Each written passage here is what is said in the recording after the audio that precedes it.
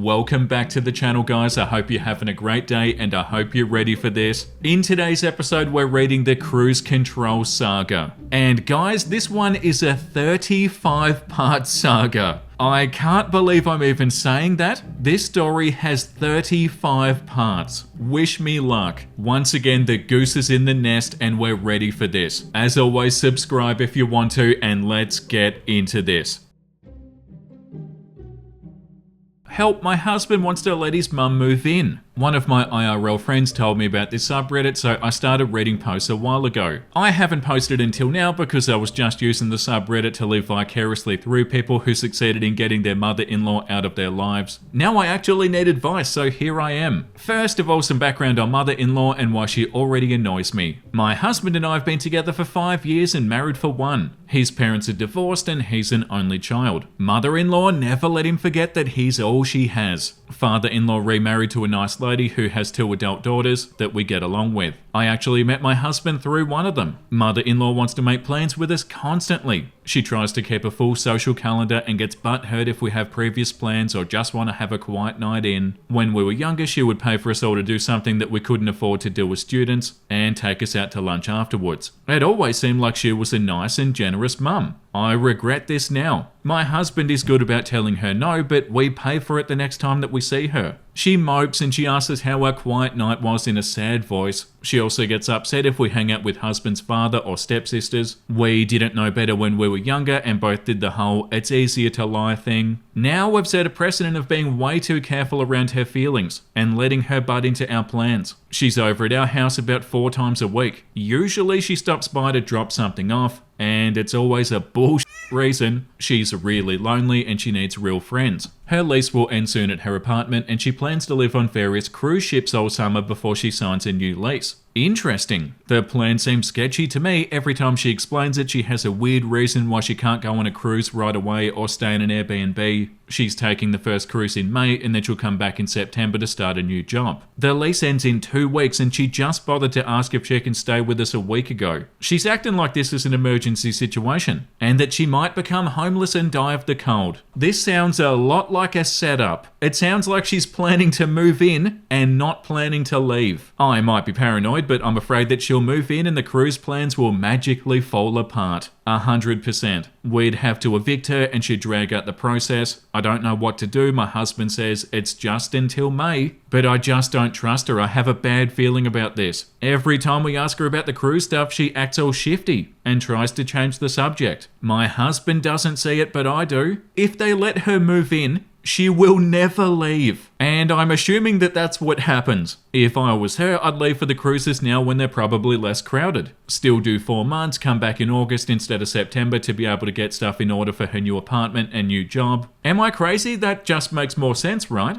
The plan that she has now will give her 3 days to get her things together before her new job starts. Maybe I'm missing crucial details, I don't know. Yeah, I smell a scam. She will never move out if she moves in. The top comment says, I think you'd be wise not to let her stay. She'll leave stuff all in her cruise and then claim tenancy. If she must stay, put it in writing with her confirming in writing that she is not moving in. She may not have mail sent, she is not a tenant, and she may leave nothing when she goes on her cruise. Quite frankly though, I just say no matter what. Yeah, definitely. OP responded, how do I nicely explain to my husband that I think his mum's trying to scam her way into living with us? Yeah, this is definitely a trap. Is this another situation where the husband is gonna side with his mum? Please tell me the husband does a good job in this saga. Let's get into update number 1. Update to help, my husband wants to let mother-in-law move in with us. My mother-in-law is the one who claimed that she was going to live on cruise ships all summer. The cruise story was fishy, so I started to poke her story with a stick. First, I came up with a brilliant idea when she came over this afternoon. She came by to drop off a casserole dish that she thought was ours. She didn't really, it was an excuse. Like usual, she came to drop something off but immediately sat down in my living room. I pulled out my laptop and I asked her to tell us which cruises she's going on, so that husband and I can think of joining her for a week. Normal mother-in-law would be excited and jump at the opportunity. She acted awkward and said that she doesn't know which cruise that she'll be on yet. Yeah, I don't think she's going on a cruise. I acted surprised and said that she probably won't be able to go now because because it's too late to make such a complicated and specific booking. She said that it's no trouble and I shouldn't worry about it. She is certainly hiding something. My other thought is that it might be something that she's embarrassed by. Maybe she'll be taking a singles cruise and doesn't want us to know. I told husband that she can't move in or I'll go bonkers. He said that he doesn't want to deal with her crying and whining when we tell her. I volunteered to do it because I don't trust him to give her a firm no. And I also said what would be worse, making her cry now or having her cry later when we have to make her leave. If we have to make her go, we won't be able to escape the crying. She'll be in our house. If you say no now, at least you can hang up the phone. This is the argument that won him over. I can't believe my husband, a grown man, is so afraid of having to hear somebody cry and whine. Yeah, the mother-in-law is up to something for sure. This is so interesting. Yeah, so I'm pretty sure the going on a cruise thing doesn't exist, and the new job also probably doesn't exist, and the husband sort of understands, but sort of not. This comment says, at this point, I think that while it is possible that she has an innocent but embarrassing explanation for her reluctance, it's far more likely the cruise is as fictional as her new job. I'm glad that your husband has stepped up for the moment. I hope you can infuse his spine with some tinsel at least, so that it can fake being shiny for long enough. Good luck. Yeah, please tell me that this goes well. The fact that this is a 35-part saga makes me think that it doesn't go well. Let's get into the next update that says Easter dinner was a disaster. I told mother-in-law that she can't live with us. I tried posting this earlier, but Reddit ate it. It's long, sorry. I hate holidays with mother-in-law. She gets so upset if there are any other people there because she needs undivided attention from husband and I. We gave her Easter because it's a holiday that I don't give a about. I made a comically tiny roast for the three of us, and it was just as awkward as you'd imagine. Most of it was fine, not great, but fine. Once dessert started, it became un fracaso grande, which is Spanish for a huge failure. Oh no. Mother-in-law said, this evening has been so nice with the three of us. Just think, we could be doing this every night soon. She winked when she said this, which nearly triggered my gag reflex. Husband and I mutually agreed to wait until after the holiday to say anything to mother-in-law, and we were dumb and didn't have a plan for what to do if she brought it up first. I looked sideways at him to see if we could silently agree on something. All he could communicate to me with his facial expression was, I'm panicking, mayday, mayday. I just decided I may as well go for it. Actually, mother-in-law, since you brought it up, we have discussed it together a lot and we decided that we can't host you. We will help you find a nice place to stay and help you with moving, but that's all the help we can offer. She looked like I slapped her and asked me why with tears in her eyes. I said that we had a bad experience with my family staying for only 2 weeks and that 6 or more weeks was not a burden on my marriage that I was willing to undertake. I love and I value my husband too much. She started crying in earnest, mascara running down her face, the whole 9 yards. She was so sad that we didn't care about her awful situation, and in between sobs acted very upset and blindsided that I could ever think that she would be a burden on my marriage. Notice that she directed it all at me, not husband. He was being silent as a mouse, damn him. I couldn't help but feel angry at this. She was the entire reason that we eloped instead of having an actual wedding. And she crashed our honeymoon? She's been a burden from the beginning. By God, she actually interrupted us having sex a few days ago, and it wasn't the first time. We both sat and watched her talk about how we have no regard for her feelings. I shouldn't have said it, but I said, to be honest, mother-in-law, you're already a burden on my marriage. At this moment, she started scream crying. There's no other way to describe it. She was clutching her abdomen and just screaming directly into the table, followed by 3 heaving sobs, another long scream, 3 or 4 more heavy sobs. It was like she was trying to make as much noise as she possibly could. It backfired. Instead of making us feel guilty, we looked at her like she's a crazy person. This is progress coming from husband. I said, mother-in-law, you seem to be determined to shut this conversation down by crying as usual. It's hard to take your tears seriously when you use them to manipulate us so often. She snapped out of it immediately. It was so fast I got whiplash. She looked at me and said, I'll go cry at home then, where at least I won't have anybody telling me that I'm a bad person for being upset. And she left, and that was it. All husband and I could talk about when she left was her immediate 180 sobbing like somebody had died,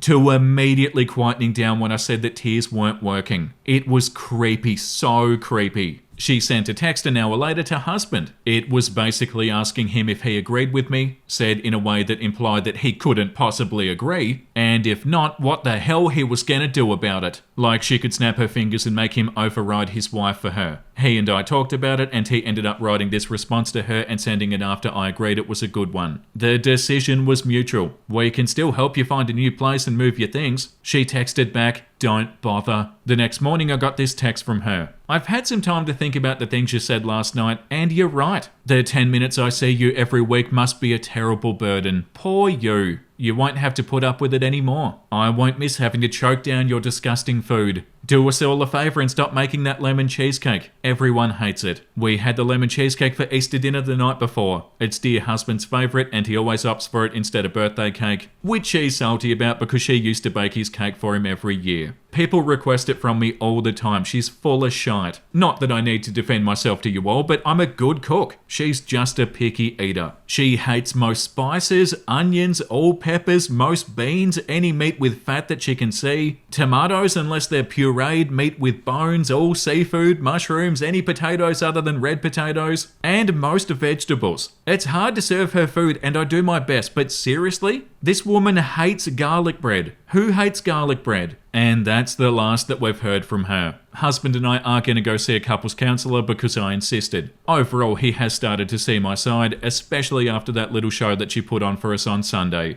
He knows that she's a total nut, but he still thinks that he has obligations to her. I'm trying to show him that he doesn't, but it's a process. Edit, I'm adding a comment here on how I make the cheesecake because the comment's buried. So the cheesecake recipe is on thekitchen.com and it's called Our Best Cheesecake Ever. And thekitchen.com does not have an E in kitchen. So if anybody wants to make this lemon cheesecake, that's the cheesecake. That is so funny. Also, this is how you make the cheesecake. That's so wholesome. But yeah, who doesn't like garlic bread? Vampires. So she's definitely a vampire. She doesn't suck blood though, she sucks the happiness out of your life. She takes your sanity instead of your blood. Okay, let's get into the next update. Update on mother-in-law who claims that she'll live on cruise ships for 4 months. I really need a name for her that isn't mother-in-law who claims that she'll live on cruise ships for 4 months. I like Choco Ono because she screams like Yoko, claims that she has to choke down my food,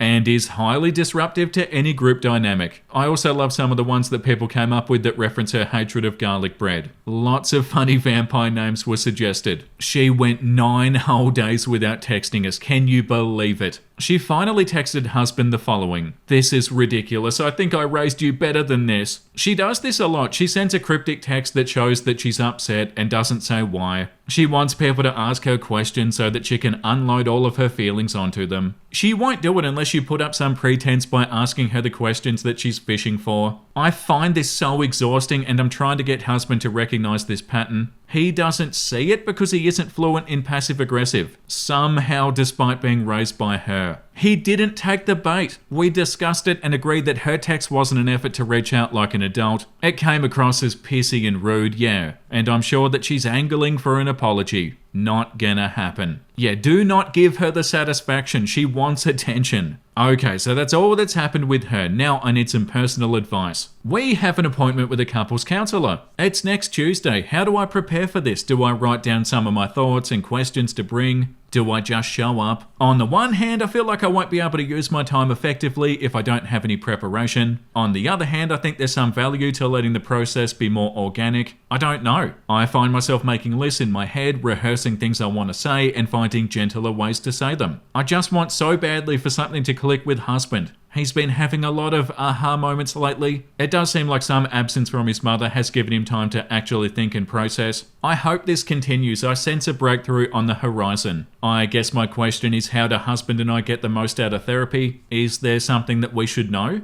The top comment says you could call her cruise control, since she's trying to control your life and possibly move into your home permanently under the guise of an imaginary cruise. So that's where the name cruise control came from, which is such a good name. This comment says the best thing that you can do is go in there and open yourself up emotionally. If it helps you to make a list of issues, do that. Be prepared to rank issues by most to least critical. Be prepared to only address one issue the first time. Therapy of any kind takes time. You don't just walk in and walk out fixed up. You go in and work on things, and depending on your situation, you may get some homework to work on things some more outside therapy. Yeah, hopefully that goes well. I'm sure that we'll find out soon. Okay, let's get into the next part that says wedding stories from Choco Ono. The wedding and honeymoon stories span months, so it'll take a few installments to retell. It still raises my blood pressure to think about this. I've been writing a bit each day and walking away when it's making me feel especially stabby. Fat Tony, I don't get mad, I get stabby. $200,000, are you mad? I don't get mad,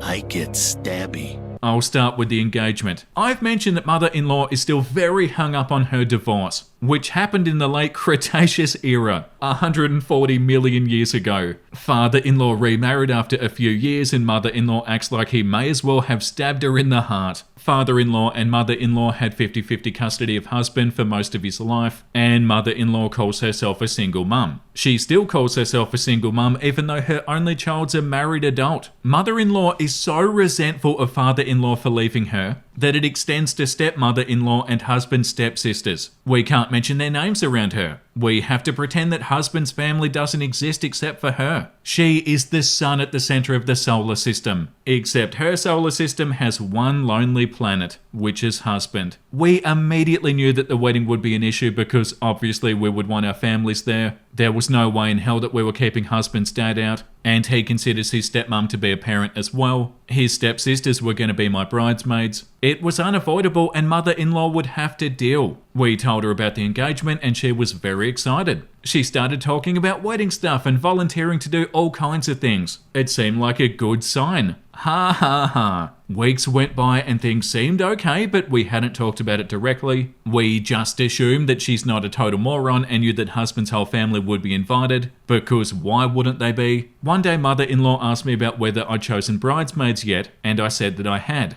She asked me if I had room for one more. I thought that was odd, and I told her that everybody who was close enough to me to be a bridesmaid had already been asked. She started tearing up and said, "I'm not important to you?" Yep, she was angling to be a bridesmaid. What the f***?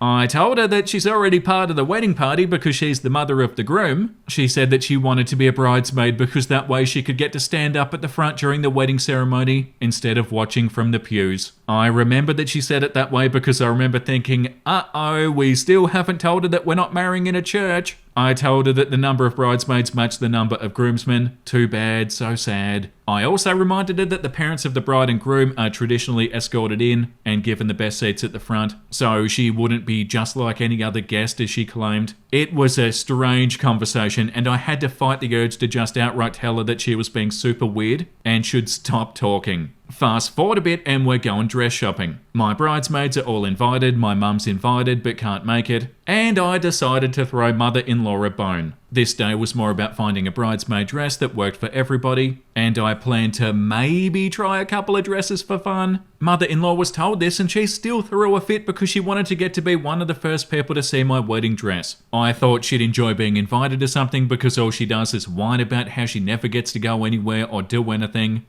Me, right? She kept on telling the sales girl to pull the wedding dresses off the rack, and I kept on telling her to put them back. I was too busy and I asked to wait until we found a bridesmaid dress. Otherwise things were okay. She hadn't said a word about the fact that my bridesmaids included husband's stepsisters. Turns out the reason that she didn't get upset is that she had no idea. She didn't recognize either one of them because husband scrupulously hides every Facebook post that includes them from her, keeps printed photos hidden, and even moves pictures from his phone just in case. Mother-in-law had never actually seen the girls in person as adults. It probably didn't help that both of them had purple hair at the time. This became obvious when they were discussing how they both needed to help dad get a new suit for the wedding, and mother-in-law said, "Oh, you two are sisters? I had no idea." We all looked at her like, huh? And then mother-in-law turned on me and said, "I thought you hadn't sent invites yet. How do they know that their dads get to come already? You haven't even let me know if my family can come yet. And I'm the mother of the groom. Blah, blah, blah. I'm a piece of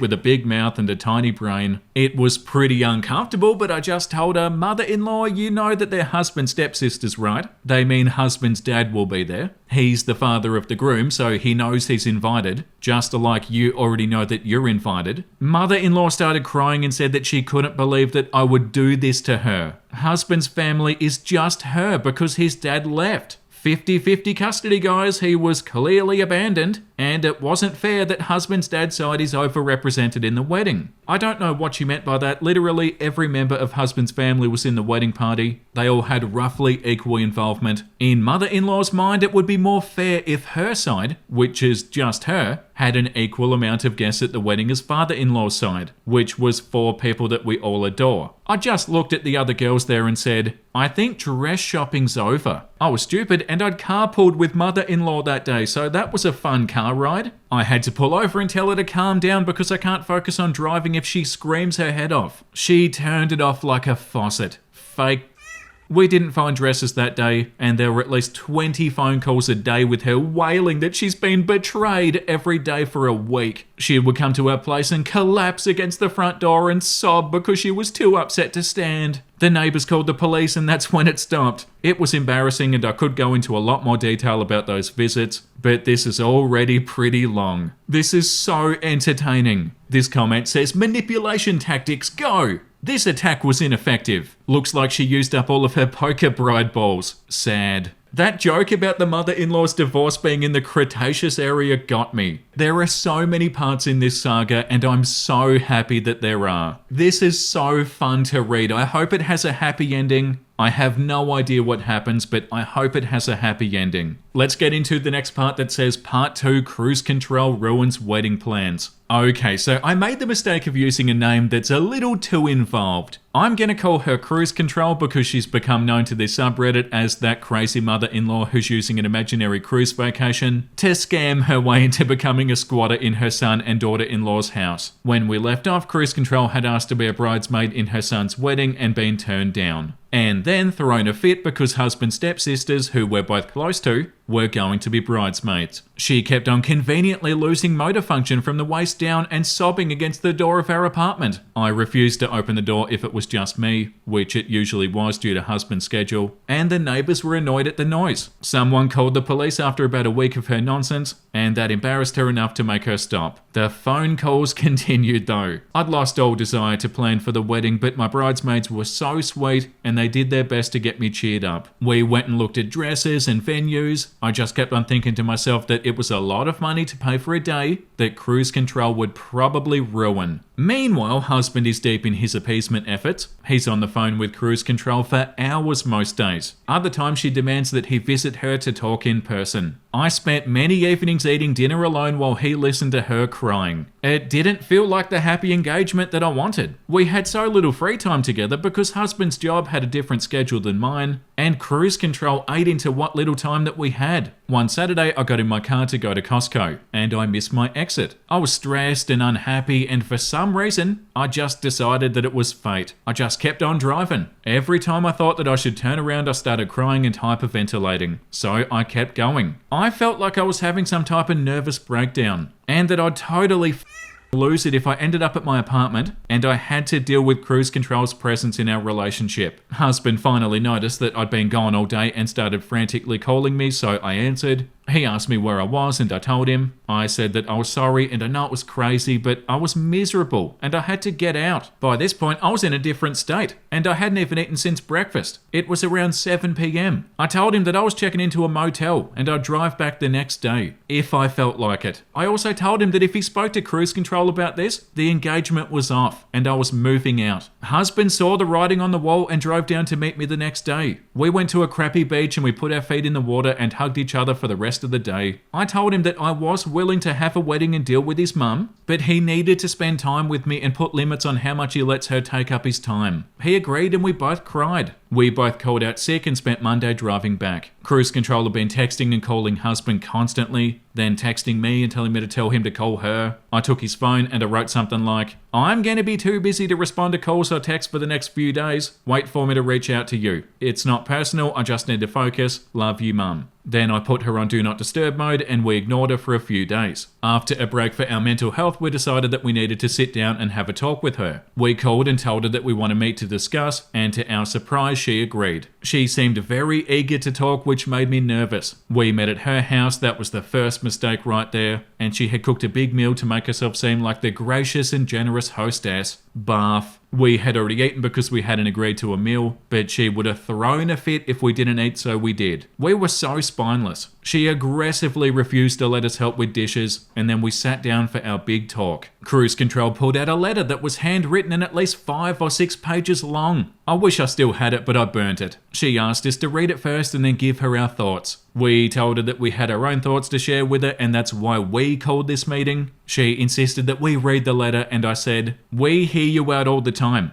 Husband spends 3 hours a day hearing you out. It's our turn." Of course, husband just choked at this point. He had pretty much never confronted her and it was too much for him. I ended up carrying the conversation, what little of it there was, because she cried immediately, like always. I told her that she has zero say in who is in our wedding party. Father-in-law is husband's dad, and a story. We weren't even including his stepmom in the typical mother of the groom stuff like the first dance, so that Cruise control could feel special if she wanted to. But she would sit next to father-in-law at the ceremony and be present in photos. Husband's stepsisters are my friends. I've known them longer than I've known husband, so they're not bridesmaids for no reason. If she couldn't handle it, she didn't have to come. Cruise control was red as a beet and sobbing like she'd just watched me run over her dog at this point. I continued and said that it was sad that she didn't think it was important to make her son happy about his impending nuptials, that we were both deeply unhappy and dreaded our own wedding because of her. She looked at husband and said, "I'm sorry, baby," and made a grabby hands motion with her arms outstretched. Husband walked over to her and hugged her. Reed let her cling to him like she was about to be swept away in a flood. He comforted her while I sat awkwardly, and she cried about how she isn't a bad person. She wants the best for him, and everything she does comes from a place of love. Bath, bath, bath. She asked us to read the letter, and we said that we'd bring it home and read it. The meeting was supposed to be at 8, and ended up being at around 9 because of her ambush dinner. So by this point, it was late, and we needed to go home because we both had work the next day. Overall, that confrontation was pretty bad. She just shut it down by crying and demanding physical affection from husband, which he willingly gave. I made my point about the wedding party and her being supportive, but she continued to behave badly. Up next is the contents of her crazy-ass letter. Another sit-down meeting with lots of crying, and we both give the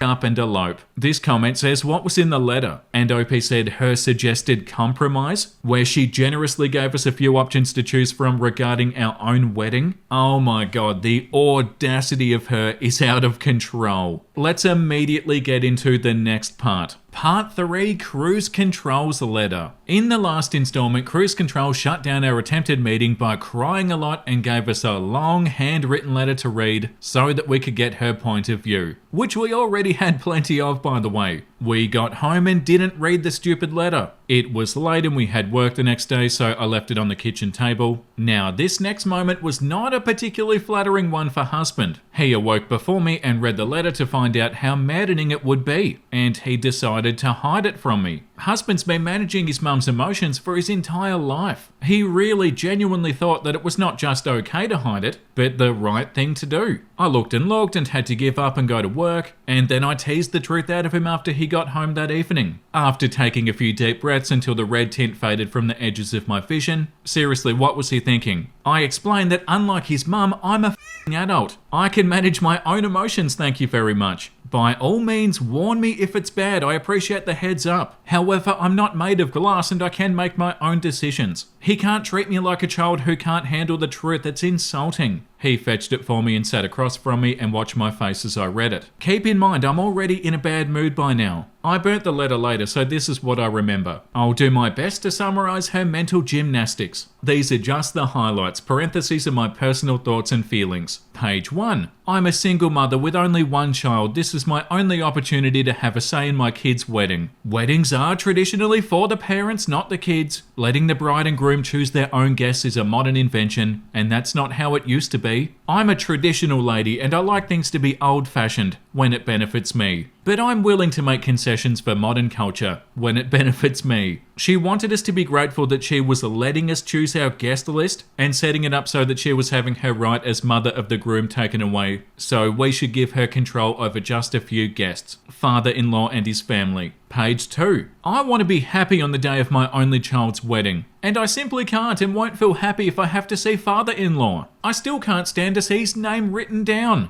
And it'll hurt me if his name is in the invitations or the programs. We hadn't got anywhere near that point in planning yet, let alone seeing his face for the first time in years. He and stepmother-in-law are a toxic presence in my life. They aren't and never have been present in her life. She goes to great lengths to avoid them, and I can't expose myself to that. A good person wouldn't ask me or expect me to. I raised you to be kind and understanding to my insane desires, so I know you'll let me have it my way. She also graciously allowed me to keep my bridesmaids, though she said that 4 is too many and 2 is plenty. It's not necessary if you're just doing this to indulge them. She didn't want husband stepsisters to be my bridesmaids, but she'd let me have it. Okay, she did say that I should caution them not to talk about father-in-law or their mum around her. Pages 3 to 6 or so, I can't remember how many pages it was, might have been more, were 3 suggested compromises and her stupid justifications for them. Number 1 was that one of husband's parents could have the ceremony and one of them could have the reception. She wanted the reception because of the mother and son dance, because it's her right, blah blah blah. So father-in-law will get the 15-minute ceremony and then have to leave and not speak to anyone. Yep, cool plan. Number 2 was that we could get legally married at a courthouse and then have our marriage before God on separate days as separate events. She's more religious and deserved the church ceremony with the pretty dresses and flowers, of course. Men aren't as interested in that, and I'm sure father-in-law would love to be your witness. Then she would go straight to the reception and stay until cake. And then she would leave and let father-in-law come and enjoy the rest of the evening, when people would be getting drunk, which she's uncomfortable with.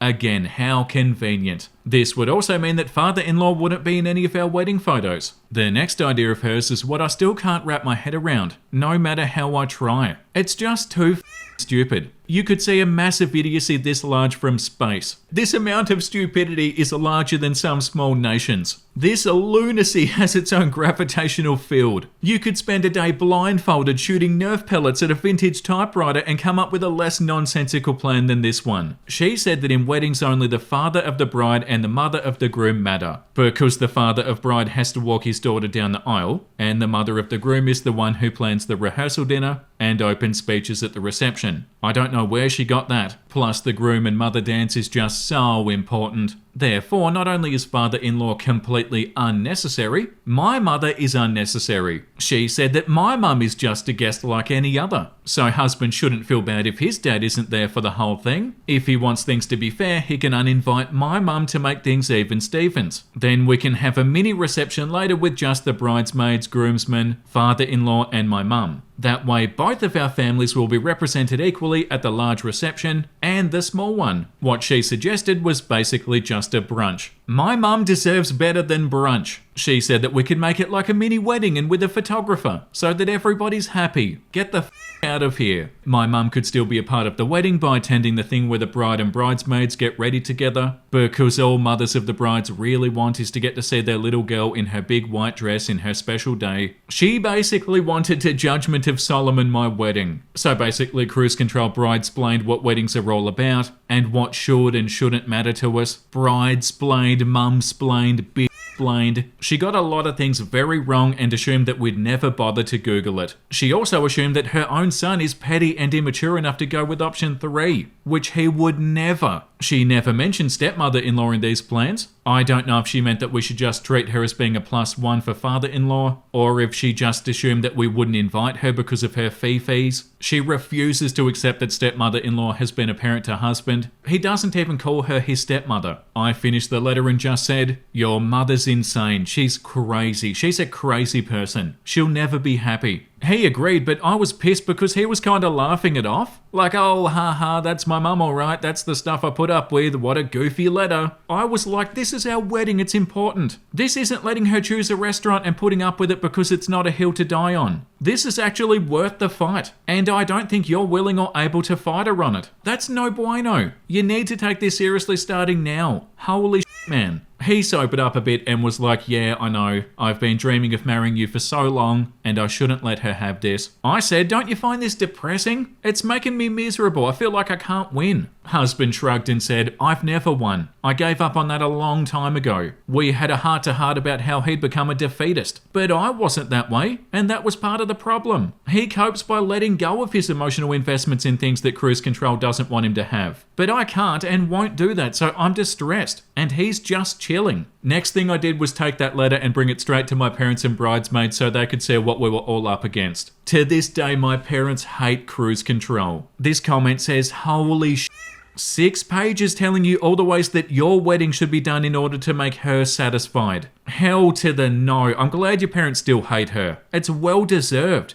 Like this should not be rug swept. Yeah, the complete lack of self-awareness. She thinks that she's being reasonable. She feels entitled to this. Oh my god, so toxic. Imagine if she did move in with OP and OP's husband. Can you imagine being in the same house as her? Oh my god, I don't want to. Okay, the next part says Part 4, Cruise Control and the Letter Aftermath. Just to recap, these events happened 2 years ago. Advice is not needed, I'm just retelling those stories for added background. In the last installment, I described Cruise Control's letter in which she helpfully outlined several options for us to better serve her massive ego and delicate feelings. The letter ended up being a pretty damning document of what a nut she is, so I showed it to pretty much everybody, as one does. The first people I showed it to were my bridesmaids, which included husband stepsisters. They had been named in the letter as unnecessary, and they did not like that one bit. We talked about what an insane piece of cruise control was, and we tried and failed to come up with plans. I was depressed about the situation and I wanted my mum, damn it. She was gobsmacked by the letter and she comforted husband and I. We had a nice weekend with my parents and she made my favourite cookies, so it wasn't all bad. It was important to me that husband was there so that he could see a few people demonstrate a normal reaction to that letter. I told husband that I was not going to make the decision for him, but that he should find a way to tell cruise control that he wasn't going to uninvite his dad. I said that I refused to disrespect his family on the day that our families had joined, and I would be ashamed to get married in a way that prioritises his mum over the rest of his family. So I wouldn't do it. He can take his time, but wedding stuff won't progress until he makes a decision. Meanwhile, I'm getting bombed with calls and emails about wedding crap. Cruise control has gone to some kind of bridal expo and picked up some brochures. She scanned and emailed a bunch of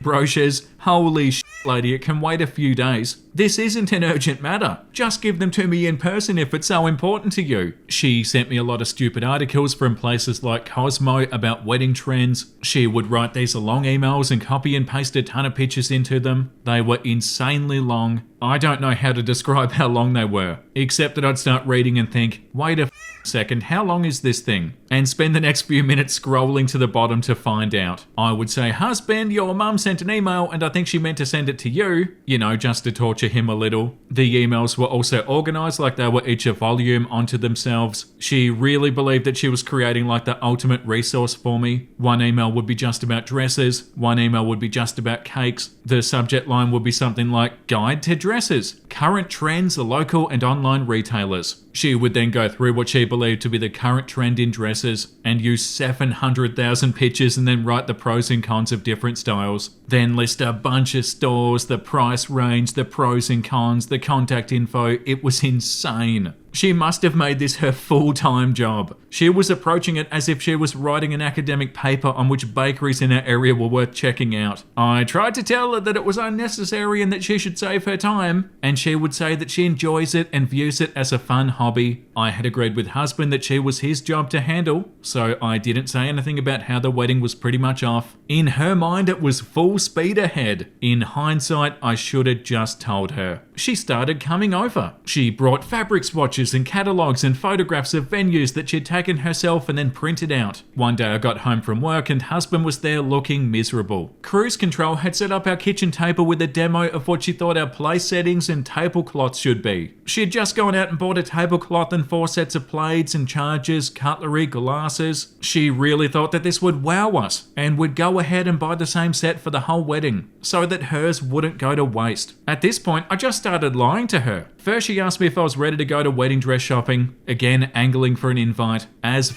if, and I lied and said that I'd chosen to wear my mother's wedding dress. Next, she asked if I still needed a veil, and I claimed that I was wearing my grandmother's veil. She asked about shoes, and I said I'd bought some. Things continued this way for a while. I'd lie in such a way that she couldn't call and try to snoop. I'd say that my aunt's making cupcakes instead of a wedding cake. That way she couldn't call a bakery. Meanwhile, the wedding was effectively cancelled. Remember that Cruise Control has no friends. She was the only person who believed it was still happening, and no one was going to confirm or deny that to her. I told husband that I didn't want to think about it because I didn't feel like we were on the same team. I did not want to plan a wedding that I wasn't excited about. He had to make a decision about Cruise Control, and I wouldn't make it for him. Husband was getting stressed out about this because his mum was still running around and trying to claim a wedding task for herself. She was upset that she hadn't gotten to help pick any of the imaginary components of the wedding, and she kept on crying to him and saying stuff like, "Don't tell OP, but I'm very upset and I wish you would include me." He was afraid that she would try to book something and end up spending money on a wedding venue, and once she did that, we'd have to tell her no and she'd erupt like a small volcano. Husband started having panic attacks. I begged him to go to therapy, and when I mentioned therapy, he had another panic attack, so I stopped mentioning it. One day she came over with her own mother's old wedding dress and asked me to try it on to be sure. She made a lot of comments about how my mum's dress must be a poofy sleeved 80s disaster, and this vintage gown of her mother's was timeless. It was nice looking, but there was a weird pink bow tacked onto the back right above the butt, and the pink dye had seeped into the white fabric of the dress. We removed it, and it turned out the bow was covering a hole. I said thanks, but no thanks, and ushered her out the door. I later found out that it wasn't her mother's wedding dress at all. I don't know where she got it. I told husband this ends now. I don't want her coming over and pushing wedding stuff on me anymore. Either you say something by the end of the weekend or I will. I called my mum and I cried to her about how much this sucked, and she told me to come over. I did, and I spent the weekend at her house again. A couple of my bridesmaids ended up joining me there. They love my mum. She was that mum that becomes everybody's second mum. And we all formulated a plan over margaritas. This is incredible. Incredibly terrifying. I feel so sorry for OP though. So let's get into part 5, Cruise Control and the wedding that wasn't. I didn't want to leave anyone hanging for long, so I typed this quick. So 2 years ago, Cruise Control was making me crazy with her wedding shenanigans. I was angry all the time. Husband was having panic attacks and we had gotten nowhere. I wasn't going to marry him under these conditions, and he wasn't going to confront his mother under these conditions. It was a mess. I was close to dumping him. I had started lying about wedding plans because as bad as Cruise Control was, she would be 100 times worse if I told her the wedding was off and that it was her fault for being a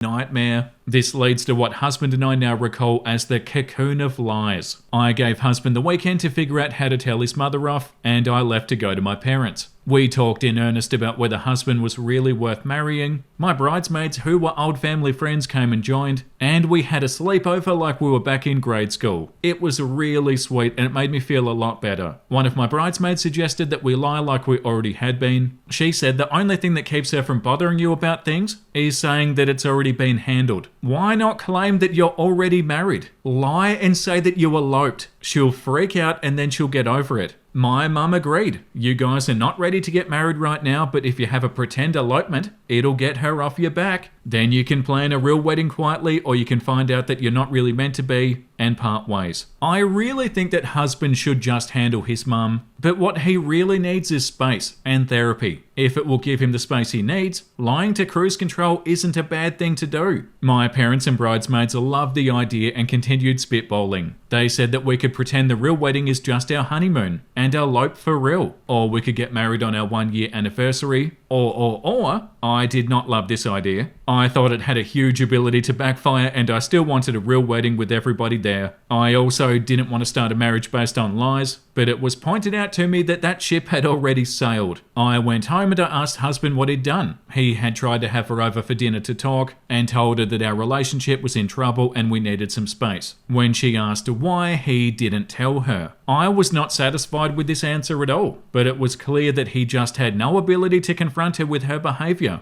He was shaking as he told me about how it went. I told him about the plan that we talked about over the weekend and he pondered it. I told him that he needed to see a therapist badly. He started crying and agreed. I said that I am willing to work with him and I just want him to get better. We thought about it long and hard and we decided on the fake elopement. I know, it was dumb. However, husband was throwing up after phone calls with his mother because his anxiety was so bad, having at least one panic attack a week and losing weight. I had already known him as this happy guy with a smile on his face all the time. If husband had a Patronus, it would be a golden retriever. I wanted to shield him a bit, see how therapy went, and then reconsider marrying him for real. Over the next 6 months or so, he stopped having panic attacks and throwing up. He's officially been panic attack free for 14 months. His spine needs shining, but his anxiety over his mother doesn't cripple him the way that it used to. The dark circles under his eyes are gone too. So the real wedding photos look great. I'll talk about the actual fake elopement and cruise control's epic tantrum, followed by glorious silent treatment later. Oh my god, the anticipation. What's gonna happen? What is cruise control's reaction? Okay, let's get into part 6, Cruise Control and the Cocoon of Lies. Does that title sound like an installment in the Indiana Jones series to anybody else? Just me? So, we decided on a fake elopement. Important detail, my parents always told my brothers and me that as long as we went to college and worked towards being financially dependent, that they would pay a specific sum for our weddings. However, they encouraged us to think long and hard about whether we wanted that money to pay for one night of fun or go towards a down payment for a house. I'm the only girl and I always felt slightly pressured to have a wedding. I don't know why I put it all on myself. In my mind, it was my dad's one chance to walk his daughter down the aisle, and that was important. My parents assured me that there are no strings attached to the money, and they just want me to be happy. Cruise Control knew about this money situation, which made things so much worse. She would talk about how we totally have the budget for this stupid thing that she wanted, and didn't feel bad about claiming a piece of the pie because it wasn't really our money in her mind. If I told her that I didn't want something that she was suggesting, she would offer to pay for it herself. Husband and I planned a vacation to a romantic city in May. The trip was a week long and we didn't tell her that we were going. Remember, husband had said that we needed space because our relationship was in trouble. She actually listened to it for the most part, except that she sent emails with copied and pasted reviews of self-help and relationship books. She also wrote a lot of emails that started with, "I've been thinking about it a lot, and I think the problem with your relationship is, wow." I took a picture of both of our hands with wedding bands on them, another of me smiling and holding a bouquet, and a picture of us in a scenic location with the bouquet. We texted all three to her from husband's phone. I don't have the text, but this is pretty close to what it was.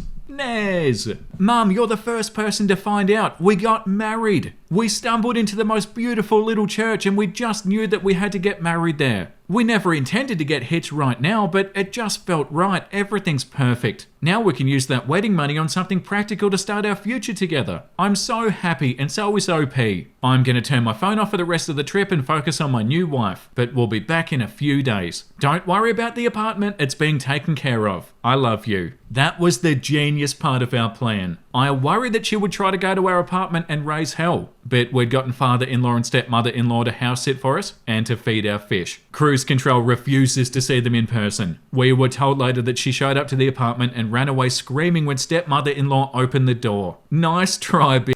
We unblocked her after the trip was over and we were heading home. There were dozens of texts and missed calls from her ranging from congrats to how dare you. And this doesn't mean you can't have a reception. We got to the apartment and father-in-law and stepmother-in-law stuck around for dinner to chat and talk about our trip. We were having a very nice time when we got a knock on the door. I knew that it was Cruise Control, but I had an apartment full of mother-in-law repellent, and I knew she wouldn't stay long. So I opened the door. She came flying in, saw her ex-husband and wife, and then ran out crying, "How could you?" You're having a wedding reception without me. What the f*** does this look like a reception to you? She then proceeded to cry and lay down on the tiny strip of grass outside of her apartment building. She was probably lying in dog pee. She went on and on about how the least we could do was celebrate with her and not with the man who ruined her life, blah blah blah. I told her that we weren't celebrating, it was just a normal dinner, and we would celebrate with her whenever she wanted. But right now she should go home and shower, because that's where most people in these parts let their dogs pee. She kept on crying, so I leaned down to her and whispered, "Please quiet down, father-in-law and stepmother-in-law don't know that we got married yet." She shut up immediately and asked me who knew. Just you. She was suddenly the cat who ate the canary. She was so satisfied with herself. She said, "This isn't over. I'm still mad that you got married without me. I'll be reaching out to you to talk about how we can make this right." Okay, cruise control, whatever, just go home. Later we met with her and told her that we had decided to keep the monetary gift as a rainy day fund, and that we didn't want to have an actual wedding because I found it stressful. Husband also finally told her that he wouldn't have uninvited his dad, and he knew that she wouldn't like that, so it was the best for everyone. She was the angriest at the fact that he would have invited his dad, and she gave us both the silent treatment for the rest of dinner. She offered to pay for a reception, and I said, "Are you really willing to pay for father-in-law and stepmother-in-law?" She said no, and I said, "Then save your money, because we won't be there unless both of our families are invited." The silent treatment after that statement lasted about 2 months. It was great. We found a good therapist for husband, and he started putting weight back on. Next installment, the lead up to the actual wedding, featuring my amazing mum and amazing bridesmaids. The fact that she was like, "You know what, I've been thinking about it a lot, and I think the problem with your relationship," yeah, like the top comment says, "I've been thinking about it a lot, and I think the problem with your relationship is," I just raged so hard on your behalf because Princess Tantrum has said this verbatim to my husband. I know we already know this, but cruise control is the most audacious of cows. Yeah, the audacity is out of this world. And let's get into the next part that says cruise control has broken her silence. She finally broke. Her silent treatment never lasts very long. 3 weeks is actually pretty impressive coming from her. She texted, "I call a truce," like we're at war. Husband and I have been focusing on each other and couples counseling, not planning a surprise attack. She wants to meet and she has a few odd requests, some of which will not fly. I don't have the text, it's on husband's phone, and I don't want to be a snoop, so I'll ask him if he can forward it to me later. The one request that really stands out is that she wants to meet with us separately, because she doesn't want to be outnumbered. She wants us to meet in a neutral location, and one of us waits in the car while the other gets to be subjected to her tears. Nice try, cruise control, but we happen to know what triangulation is. She specifically asked that we don't meet anywhere that has food. She doesn't want to meet in a restaurant or a coffee house. That's fine because it's impossible to find a restaurant that she can stomach with her long list of dietary dislikes. Husband hasn't responded, but he has read receipts turned on, so she knows that we got it. We're going to think it over and talk about it in counseling, which will be on Tuesday. She's waited 3 weeks, she can wait a little longer. The one thing that we immediately agreed on is that we're not doing the bullshit separate meetings thing. We're a couple and we'll be treated as such. The end. Edit, is it weird that I kind of feel like I don't have anything to say to her? I just have no desire to meet. She's done so much and been such a pain, but it feels like nothing we ever say will get through to her. I just feel like meeting gives her what she wants, interaction, and we'll walk away from the meeting angry or disappointed. Yeah, 100%. She thinks the entire world revolves around her. Okay, I'm realizing now that I'm gonna have to film this in 2 separate parts. We still have 24 more updates. I can definitely read a long story, but I think that one's pushing it a little bit. This episode is gonna be a behemoth. Let's get into part 7, Cruise Control and the Reception Wars. A bit of an update on the request from Cruise Control to meet. I showed husband a couple of the responses that I agreed with, and he pretty much said, "I don't feel ready yet. I want to do some more therapy first. I think I'll handle it better if I feel prepared." We haven't decided on a response to the text. We'll do that tomorrow after therapy. Okay, so in the last installment, we made the absolutely insane decision to convince my mother-in-law that we were already married, just to get her off our backs about wedding stuff. We had a vague idea that we would do just a reception later, or we would elope for real, depending on what we wanted to do. The truth was that we didn't really feel like getting married at the time. Cruise Control has sucked all of the joy out of our engagement, and our inability to stand up to her just highlighted how not ready we are. Cruise control vacillated between being smug because she was the only one who knew, and then being angry because we stole away her opportunity to plan a wedding for us. She would give us the silent treatment on and off, but she could never really stay away for long because we're 100% of her social life. Netflix couldn't sustain her forever. We finally told her that we'd accidentally let the truth slip to my parents and father-in-law so that she could get to keep on feeling special that she was trusted with this information, and they only found out on accident. I did this because I couldn't stand her comments about how she was closer to us than my mum, because my mum didn't even know. If only she knew that everybody knew the truth but her. I needed the intrusive thoughts about smashing her head into the floor to stop. Meanwhile, husband was in therapy for his anxiety issues and trying anxiety medication. We scheduled time together to reconnect as a couple, and often chose activities that cruise control doesn't like, so that she wouldn't attempt to join. We became a lot closer over those months, even though they weren't all great. We were unhappy with how things went, and we couldn't decide on how to handle the real wedding and whether we felt ready to get married for real anytime soon. Meanwhile, my mum was being a huge help to me. I would visit her when I could because she was helping me sew my wedding dress. I'm not much of a seamstress, but I'm decent. She is very talented and she helped me out tremendously. I had decided that I didn't want my dress to be made of a fussy fabric that would wrinkle easily, and I didn't want a big poofy skirt. I also didn't want anything strapless or a corset. I wanted to be comfortable on my wedding day. She talked me through my messy feelings about the wedding that wasn't, and was the voice of reason that I sorely needed. The dress that we made was our inspiration for our wedding. We ended up with a dress that was beautiful yet practical, made of a fabric that was machine washable and didn't wrinkle easily. I'll get to that later. One day, cruise control showed up and barged in and started telling us that we had to have a reception and that she had a short list of venues and we were gonna hear her out because we owed her. She is so entitled. Husband looked at her like she was crazy and just said, "Mum, what are you on? Why do you think we owe you?" She blathered on about how we took away her opportunity to plan her kid's wedding, and he said, "Mum, you need to let it go. It was never your wedding to plan. I know it hurt your feelings, but OP's parents and my dad are completely happy for us. You're the only holdout." She gave us an infuriating rebuttal about how it's because she's actually invested in us, and my parents and father-in-law don't care about us. Oh, the audacity. Future husband said they care a lot, but they also know that the wedding was about what we want. This was a huge improvement for husband. I'd never seen him just take the reins and confront her like this before. It was the first moment that I felt truly happy and excited about marrying him again. This was 4 months after the elopement, so I felt like it was promising. That night, we finally let ourselves talk about wedding plans. We came up with a few ideas that excited us. I remembered laying awake that night and coming up with plans because I was so excited that I couldn't sleep. We finally decided on a plan around the time the dress was done. We would have our late honeymoon that summer, and it would be a cross-country road trip. We would bring a good camera and tripod and we'd take wedding photos with me in my dress, and husband in whatever was comfortable in as many locations as possible. We'd end up with an album of fun and silly photos, and finally get to go on the road trip that we dreamed of for a long time. We would get married at some point during that trip, maybe in Vegas. I talked it over with my parents, and they still wanted to have some sort of gathering with the family to celebrate, and we decided we'd do a bon voyage party. We would invite everyone. Husband would get his first look at my dress, and we'd have booze and great food.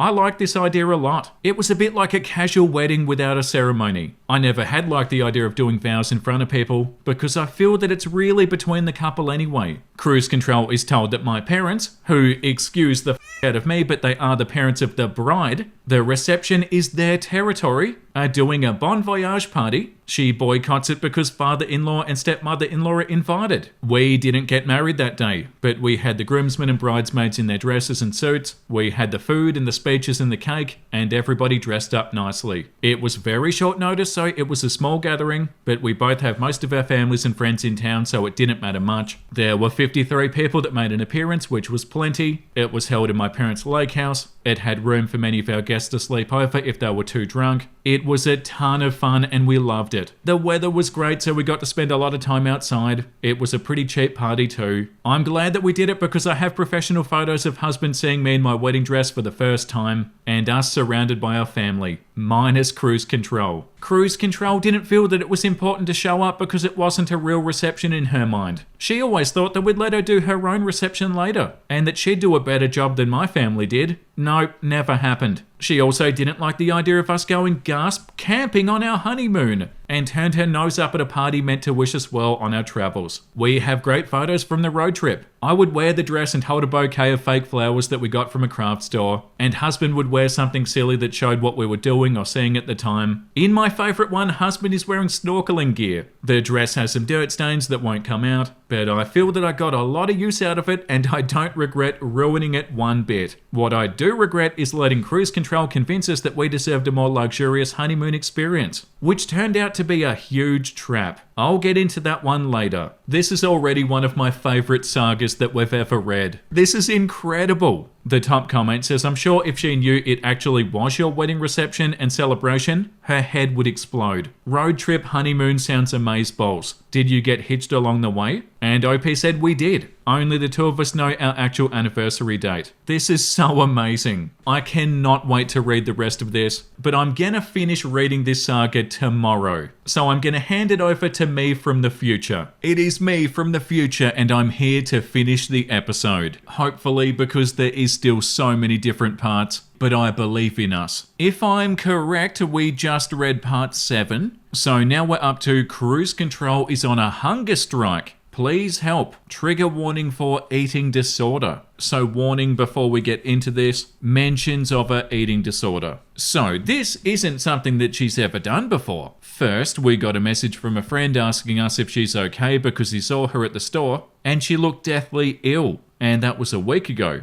We said that she's probably depressed and quickly explained that she wanted to move in. We didn't think much of it. Cruise control usually texts or calls, so it was strange to us that she was trying to FaceTime with husband. She called on FaceTime several times and he didn't pick up. Right, so she wants him to see her. Finally, she just recorded a video of herself and texted it to him. She has lost a considerable amount of weight, her eyes look sunken, she really looks bad. In the video, she tells husband that she hasn't been able to make herself eat because she's so sad that he won't talk to her. It's been almost a month and she's lost a lot of weight. She looks like a corpse. Do we treat this problem as an eating disorder and try to get her treatment for anorexia? Or do we view this as a really insane manipulation tactic and refuse to give in? She's literally killing herself here. She's obviously doing this at least partly to get our attention. Otherwise, she wouldn't have tried to have face-to-face meetings and video calls with us. I'm trying to find out if we can have her involuntarily committed to a facility that treats eating disorders, but usually it's parents sending their kids there, not the other way around. It's also too late in the day to make phone calls, so that'll have to wait until tomorrow. We have reached out to our couples counsellor, but this is really outside of his purview. Editor to add, we are definitely calling APS, asking the police for a welfare check and looking into our options for having her committed. Can I ask you a favour? Many of you have posted some amazingly helpful quotes and excerpts from books that have helped you, and I'm compiling them to give to husband. He is really struggling with believing that keeping a distance is the best thing we can do for her. Anything you can think of that would reassure him and me, if I'm being honest, that the choice that we're making is the right one is really appreciated. I can't thank you all enough for the literature recommendations you've given us. They're helping us so much. This comment says it's pure manipulation. She was FaceTiming you so you could see her. I agree, APS, but keep your distance. You don't want to reinforce her behaviour. A lot of people in the comments are talking about that too, like call somebody, call anybody that can help. Adult protective services, professional help. But yeah, don't give in to her because she'll just do this again and again. Okay, the next post says cruise control is surprisingly good at fooling people. I've made calls, I've begged and pleaded. They've seen the video she sent as well as photos comparing her weight a month ago to her weight now. She has them convinced that I'm a spiteful daughter-in-law who has it out for her. She even has them convinced that I'm jealous of her dangerous, terrifying weight loss, so we're wiping our hands of her. Either she's in danger or she's fine and it's just a diet. You can't have it both ways, cruise control. The narrative right now is that she's fine, so as far as we're concerned, she's fine. Yeah, there you go. Her just being manipulative. Therapy's good. We've gotten some great advice on how to handle the situation. Husband is still worried sick because the situation blows. He's let go of believing that the solution is in his hands though. He feels strongly that this is all on her. And that's all I can ask for right now. That he won't beat himself up. She texted me about how I'm a bitch after she received a welfare check. As always, I'm 100% to blame and husband must not know that I'm doing these things to her. Husband has gotten some texts, they're all unrelated to her hunger strike. She's trying to act like things are normal. She asked him to come to her apartment and do something to fix her computer. An old favourite bullshit invented errand of hers. Well, now we know that she's still in her apartment. I guess her landlord changed his mind about kicking her out. So that's that. She isn't being cared for by any professional. She hasn't been sectioned. I wonder how bad she really is because she's still going to work according to her texts. Maybe she tried to look especially bad in the video that she sent us. For all we know, she's faked this whole thing. We haven't seen her in person. Until she deteriorates even more, there's not much we can do. Yeah, she admitted that it was all a load of manipulation. Like this comment says, she's shown her hand. Now, no matter what ailment she says that she has, you and husband will not trust it isn't made up, no matter how bad she may appear. She's burned the can't eat losing weight card. Be on the lookout for other ailments to suddenly crop up. This comment says, so hunger strike didn't work. Next up, Christmas cancer. Congrats to your husband. Not beating himself up is a huge step after a lifetime of training from cruise control. Keep working on that spine, husband. You got this. The next part says cruise control's been hospitalized for dehydration. Okay. Husband got the call from the hospital and then he called me. Cruise control went to work this morning and then collapsed. She was taken to the hospital and she's been given fluids because she was so dehydrated. That's all we know. The call wasn't from cruise control, it didn't come from her cell phone. The call was through work and the call was forwarded to his desk. We assumed that cruise control told a nurse of husband's name and workplace and asked to notify him. She knows we ignore calls from her number. We're debating how to proceed. We're both still at work. Husband thinks it would be good to give her healthcare provider some info, such as the video, but I told him that we don't know if she's really starving herself. We just know what she claims. If she is starving herself, then doctors and nurses will be able to tell. Surely that would be one of the first things they'd notice. I want to show her that we will not magically reappear the moment that her ass hits a hospital bed. I keep telling him that I'm worried that she'll learn that putting herself in the hospital is the best way to get our attention. Yeah. If she does this over and over, she'll destroy her kidneys. Part of me wants to just call the hospital myself and then text husband that I've already handled it, but I'm trying to let him think his way through this stuff and coming to a good solution himself. The therapist did warn me against infantilizing him because I've expressed frustration with him in a way that shows I don't think he's capable of making the smart choice. Since his mum already treats him like a child, I need to show him that I know and believe that he's a capable adult. This will be my exercise in showing him that I believe in him. I told him my thoughts and concerns, now he needs to choose. Update, husband took his lunch break early to drive to the hospital. He called ahead and asked to talk to her doctors in private. He's going to explain that our therapist has advised us not to see her in the hospital. We went over this scenario when we learned about the hunger strike, and he's going to show them the video and let them know that APS is already investigated. As long as he manages to do this without cruise control getting a visit from him, I'm happy. The top comment says, let husband show the doctors the video. She's claiming to be starving herself, so treat it like she is. Obviously, there is a mental health component here. Doctors and nurses need to have all the information, you know. She's actively claiming to be a danger to herself to you guys. Perhaps she needs a psych evaluation. It's all about covering your own ass here. She's been hospitalized for the dehydration. She can easily twist this as chest pain caused by missing her baby. Yeah, and the husband took his lunch break early to drive to the hospital. He's going to talk to the doctors in private. And he's going to show them the video and let them know that APS is already investigated. Oh my god, this story is wild. I have no idea what to expect. Like, what's gonna happen? Okay, let's get into part 8. Cruise control crashes our honeymoon. Quickly before I get into the story, cruise control is putting weight back on, and we're on a strict you only get contact if you behave system that would take a whole nother post to explain. We're working on it, I'll post later. Anyway, no, she was not held involuntarily as an inpatient, but she has mandatory therapy now. Yay, I hope she benefits from it. Okay, so now we're going to hear a story about OP's honeymoon. Last time I posted about cruise control's wedding shenanigans, husband and I had lied to cruise control about everything so that she wouldn't sink her claws into our wedding. We called our reception a bon voyage party and claimed that it was to celebrate with everybody before we had our honeymoon, well after we'd fake eloped. We both consider that party to be our wedding, and Cruise Control didn't think it was important enough to show up, so we didn't have to deal with her. Cruise Control was mortified when she found out that we'd be camping on our honeymoon. For the record, we didn't camp the entire time. It was maybe 60-40 camping and hotel rooms. Still, she begged us to consider taking a cruise or staying at a resort instead. There was only one suggestion that she made that we liked the sound of. Husband's aunt, not an actual aunt but an old family friend who was like a second mum to him, had moved to a beach town and taken over a small hotel that had been in her extended family for a long time. As a wedding gift to us, she would give us a free stay in one of her rooms. I'd also get to meet a person who'd been important to husband's childhood.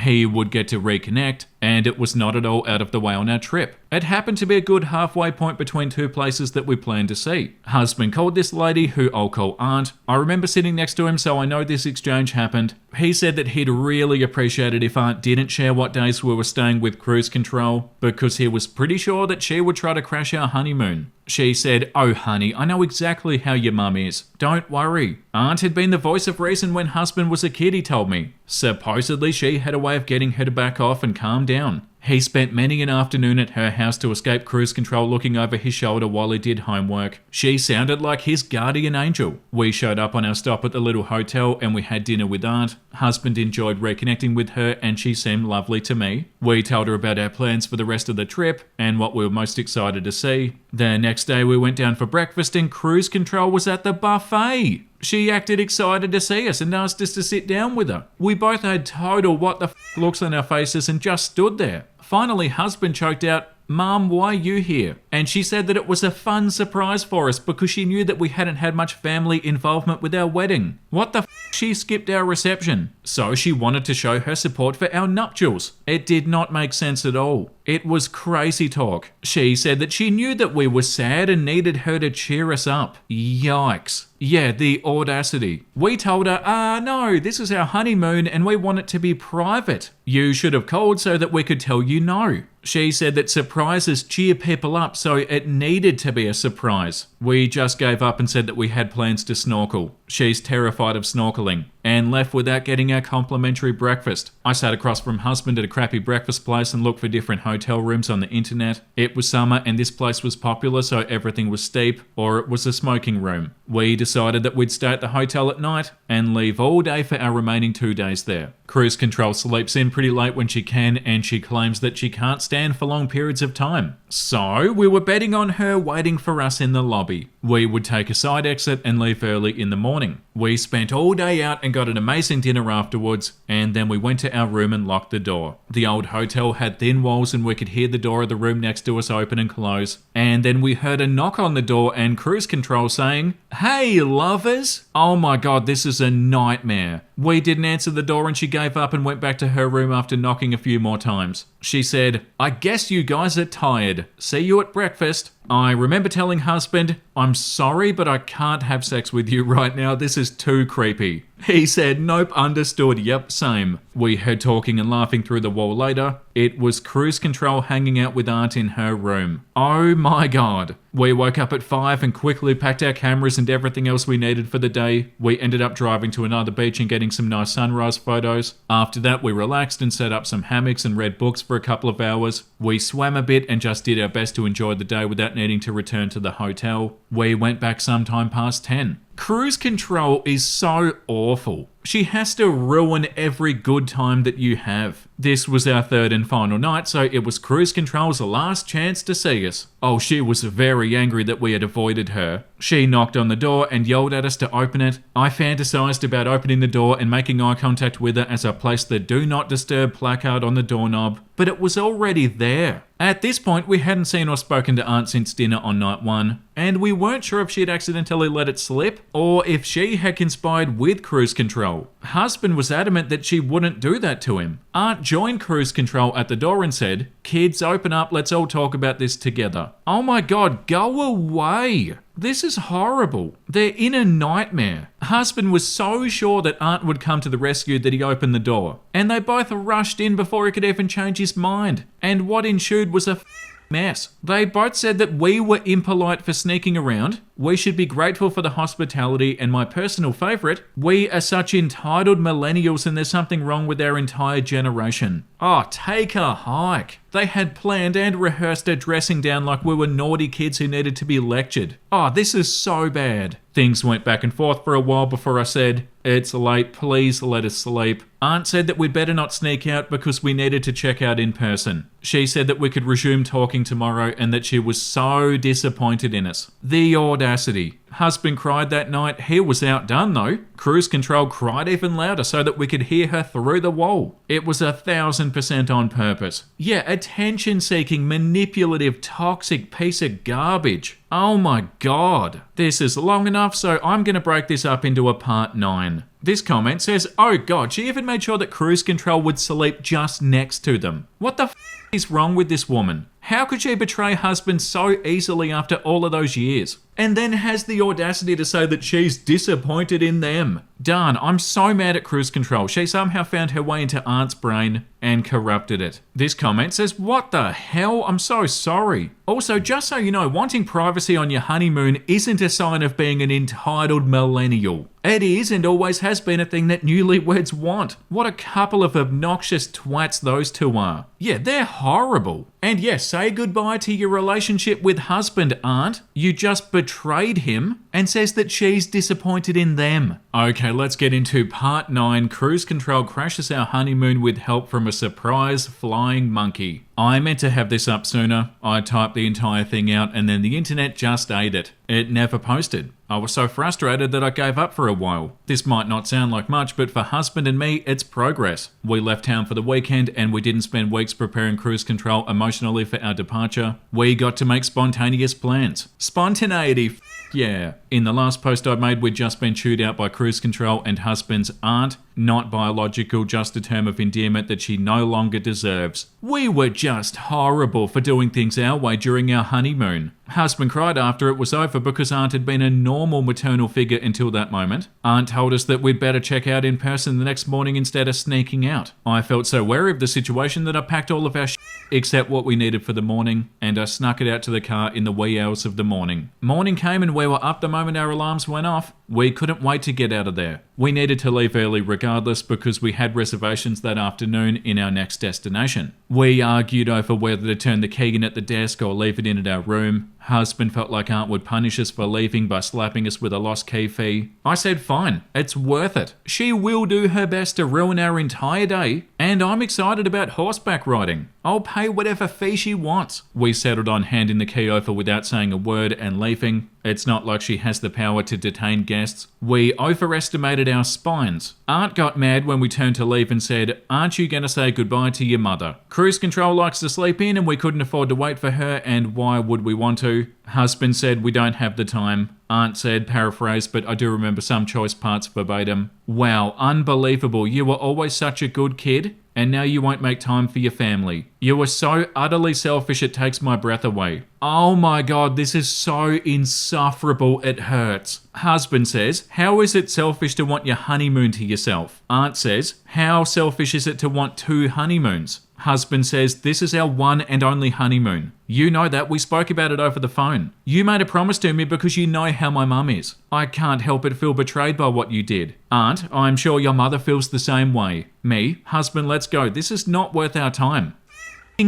Whole bitch aunt. Husband, you're going to learn a lot in the next years what's worth your time and what isn't. Very pointed glare at me. Mark my words. Husband and I left in disgust after that. This interaction helped us both realise the value of the mantra, don't engage. The drive to our next destination was quiet and sad. Husband was upset over how Aunt behaved. He told me so many times about how she was a willing shield against his mum's neurotic bullshit for years. He would do homework at her house because cruise control would interfere with his homework if she caught him working on it. He'd go over just to get a break from her, and Aunt would greet him with his favourite cookies. She defended him against cruise control when she was being particularly insane. A commenter suggested that Aunt might have been a flying monkey reporting back to cruise control the entire time. And that would explain why cruise control was so willing to let husband go to her house. I haven't mentioned this theory to him yet because I don't want to pick at old wounds. But I'm very curious what his take on it would be. We got to our destination and we set up camp, did a quick hike, went to the visitor center, tried to forget the morning and day before. We drove to the horseback riding place and parked. We got out and we literally heard cruise control before we saw her. Oh, for God's sake. Remember how we'd excitedly told Aunt about our plans before we knew that she'd joined the dark side? Cruise control was pleading with an employee to be allowed on our trail ride. The bewildered employee is trying to explain that horses are a finite resource and that he can't conjure one out of thin air. I found another employee and told him the situation. That's my mother-in-law, this is our honeymoon. She crashed, she was not invited. I want her gone. If there are any no-shows, please don't give her the empty spot. I'll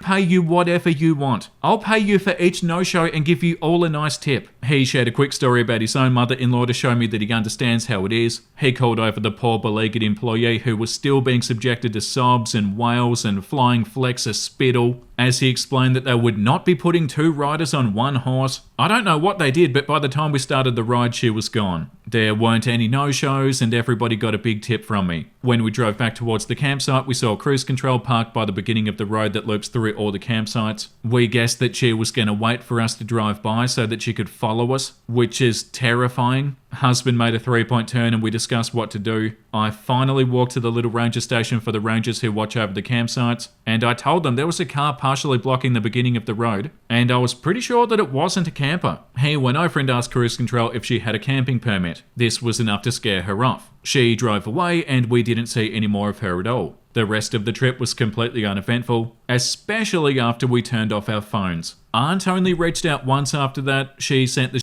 Christmas card imaginable. It was just her regular Christmas card that people send out to everyone, but she attached a giant sticky note to ours. I don't remember exactly what it said, but it went something like this. Christmas is a great time of year to reflect on your priorities. I hope that your first year of marriage will grant you the wisdom you need to recommit yourself to family. Don't let anyone tell you that everything ceases to matter just because somebody's keeping your bed warm at night. I'm telling you, it was extremely nasty. Basically made me out to be nothing but a warm hole. We decided to cleanse that particular evil with fire. I got the best revenge I could think of. With husband's blessing, I wrote a really long and heartfelt letter back. I told Aunt about how I'd been excited to meet her, and how husband was devastated and questioning a lot of his happy childhood memories. I let her know that she had irreparably damaged her relationship with him, and that I was sorry to see that. She never replied. I don't think we'll ever hear from her again. That's the end of the wedding and honeymoon bullshit. When we got home, cruise control pretended that the whole thing never happened. She did try to force herself onto our anniversary on the wrong date, so who cares? And she once stole wedding photos off of the wall of our home. Okay, so the next part says we're attending therapy with cruise control. What should we be prepared for? Cruise control is trying in her way. She really has followed all the rules that we gave her. We told her that we'd think about attending therapy with her if she asked. She can't help but act weepy when we interact with her, but she stopped short of using guilt trips because she knows it'll result in timeout. She hasn't been allowed to set foot in our house and we've only seen her in person once. We do a phone/FaceTime call once a week. Husband verified with the therapist that cruise control isn't making this up and trying to force a surprise meeting. I was shocked, but husband was the one who thought of that. It didn't even cross my mind. It'll be us, cruise control, and cruise control's therapist. This therapist won't have met us before this point. It seems worrisome to me that we'll have to represent ourselves and our point of view as two people to a therapist that already knows cruise control. An hour just is not enough to convey how bad things got. I'm sure cruise control didn't say the worst parts of her behaviour, since she can't recognise them herself. My son and his wife wouldn't let me crash on their couch for a few weeks and it made me so depressed I stopped eating. Sounds a lot better than I tried to manipulate my son and his wife into letting me move in temporarily, when I had no intention of moving out. And when that didn't work, I threw a fit and went on a hunger strike. This is really important to husband and I'm going. We talked it over with our own therapist and agreed that we aren't going to expect this meeting to show any progress. It hasn't been that long and cruise control is really deep in her reality. All we can do is share our side of the story with the therapist to give some context and hope that it benefits cruise control's progress. She's lied and changed her story to her doctor, so we assume that she's lying to her therapist too. We told her at the beginning that we expect her to be honest with her therapist and that if we find out that she's been lying, she's on timeout for 6 months. The fact that she wants us to see her therapist despite that, means that she either hopes that we won't stick to it, or she really is trying with the therapist. We'll see. I'm afraid to walk in and be lectured by a therapist who's been lied to and believes that husband and I are abusing poor little cruise control. We'll have no issue putting her on timeout if that happens, but it will suck for husband. He's been a little more optimistic than I've been. Yeah, cruise control's not gonna change. We decided that we should come in prepared with at least one thing we'd like to talk about, but we have 3 in case time allows. In order, the fact that she makes dear husband hide half of his family from her, the fact that she refused for a long time to let us have free time without her, and crashed several dates and day trips, the fact that her reactions to things aren't proportional to how serious they are, scream crying if we don't let her attend our date with us. We think these will give the therapist insight and things to discuss in future appointments with her. A little extra story for you all. We decided that we're done catering our actual home to cruise control sensitivities. Remember how she acts like she's been betrayed if we even mention husband's awesome stepsisters and stepmom? We finally printed some pictures with them and added them to our picture wall. We had some upstairs in the hallway, but now they're prominently displayed in our living room. Okay, so let's see how therapy went. Went to therapy with cruise control and it was This was a while ago, but I waited to post it because it took husband and I a while to absorb it and talk it over. Our own therapist that we've been seeing, who we really like, gave us the advice that we should act business-like and refuse to give hugs or make small talk. Not to be mean, but to make sure that therapy with cruise control doesn't become a way for her to sneak around low contact and force interaction. We needed to set the tone for serious work to be done, rather than rug sweeping. So, of course, we show up and cruise control leaps at us. Husband and I dodged her and husband said, "Mum, this is not the time nor the place. We all need to take this seriously." She said, "Not even a hug?" And he replied, "Not even a hug. Go, husband." We had emailed the therapist beforehand, good, but we also brought a hard copy of our list. Therapist did ask if we had anything to say before we got started. Husband piped up and said, "Yes, I want to address what just happened outside of the office so that cruise control understands our reasoning." We spent a few minutes on that and cruise control said that she understood. The therapist said that she was going to focus on the bullet points on our list that do involve the 3 of us, rather than those that are observational about cruise control's behaviour. Understandable. And she went straight for the moving in debacle. I was glad because we still don't understand what was going on, and we can't be 100% sure that she wanted to live with us permanently. When it was time for cruise control to start talking, she was tearing up. She said that she hated her apartment and wanted to leave. It was too dark and it makes her depressed. She had decided to live on cruise ships for half of the summer. Husband said, "You told us you'd be doing that for 4 months and now it's 1 month?" And she said that she had other plans for the middle of the summer that she couldn't tell us about because she felt that husband's feelings would be hurt. We had no idea what she was talking about. I can't think of a vacation she'd be going on that would hurt our feelings other than crashing our own. Yeah. The therapist said that if feelings are going to be hurt, therapy's a good place to process that. She sighed and said, "Okay," and then she tells us her real plans, that I still think are sketchy as Now, her story is, "I felt that you would be lonely without me all summer, so I wanted to stay with you for a while so you know that I still care about you. I met a man online who lives in vacation destination, and we were going to spend a month together. I was going to take a cruise before and after the trip to see this man, so that I could say that I met him on the cruise by accident. I just didn't want you to feel abandoned." We were just like, what the why would we care if you're dating? We'd both be ecstatic. Husband reminded her that he has a close relationship with his stepmom and dad. I said that we'd be happy to see her find someone to spend time with, because she seems lonely. Cruise control refused to accept this. She believed that we must be lying to her, and that husband would have been distraught if she moved on from her divorce in the late Cretaceous era. Therapist kept on saying to cruise control that we seemed pretty genuine. Now that we were on the subject, we spoke for a while about what a burden it is to be 100% of her social calendar, and how we'd love to see her find some friends or a hobby. Husband said that he was worried about the new job and whether it was real, and hoped that she was going to be okay, because we can't take her in if her employment doesn't work out. When asked if the job was real, she just said, "The job is there if I want it." She couldn't give us a yes or no. I'm terrified that she's going to suddenly become desperate for a place to live and need us to help her. The last thing that we did was state our boundaries. We said that she cannot live with us ever, and that's a hard boundary. We said that we'd do therapy with her no more than twice a month, and that we'd stop if we suspected she was lying to the therapist or using therapy as a way to get her husband fixed instead of working on herself. We also said that we were unwilling to let visits get to the point they were ever again. We understood that weaning her off might be good for her, but it would be very, very bad for us. We also shared a list of things that we'd like to see from her, like an apology, genuine attempts to find new people to socialise with, honesty, and for her to get used to the fact that husband-step family is a huge part of our lives. We haven't agreed to go back and we haven't been asked. All we can hope for is that we gave the therapist some things to ask cruise control about. She needs a diagnosis like yesterday. We haven't been seeing her in person. We have a policy that she doesn't know about, which is that she can call us all she wants, but we'll only pick up twice a week. If she calls more than once in a day, she's on a secret timeout. She hasn't tried to drop by because she knows that means timeout for a long time. We've been seeing my family and husband's dad and step family a lot more, which has been wonderful. This comment says, I'm curious if you got any reaction to your hard boundary about not moving in ever. OP said she didn't have much of a reaction. I think she's on her best behaviour around the therapist, so it's hard to say if she gets it or doesn't want to get in trouble. The comment below that says, in my opinion, there's no job. She never was going on a cruise, and she made up the boyfriend on the spot. 100%. OP said, I'm of the same mind as you. We can't prove any of it, so we're just going to wait and see if her story falls apart. Okay, the next one says, my just yes mum is helping us see the light about cruise control. My parents are pretty neat in general, but my mum and I are especially close. She has this really cool ability to translate what you're trying to say when you can't find the words. This has been coming in super handy because so much is just so wrong with cruise control. Husband and I are a bit thrown by the weird therapy session where we're 90% sure that she lied her ass off after being told over and over,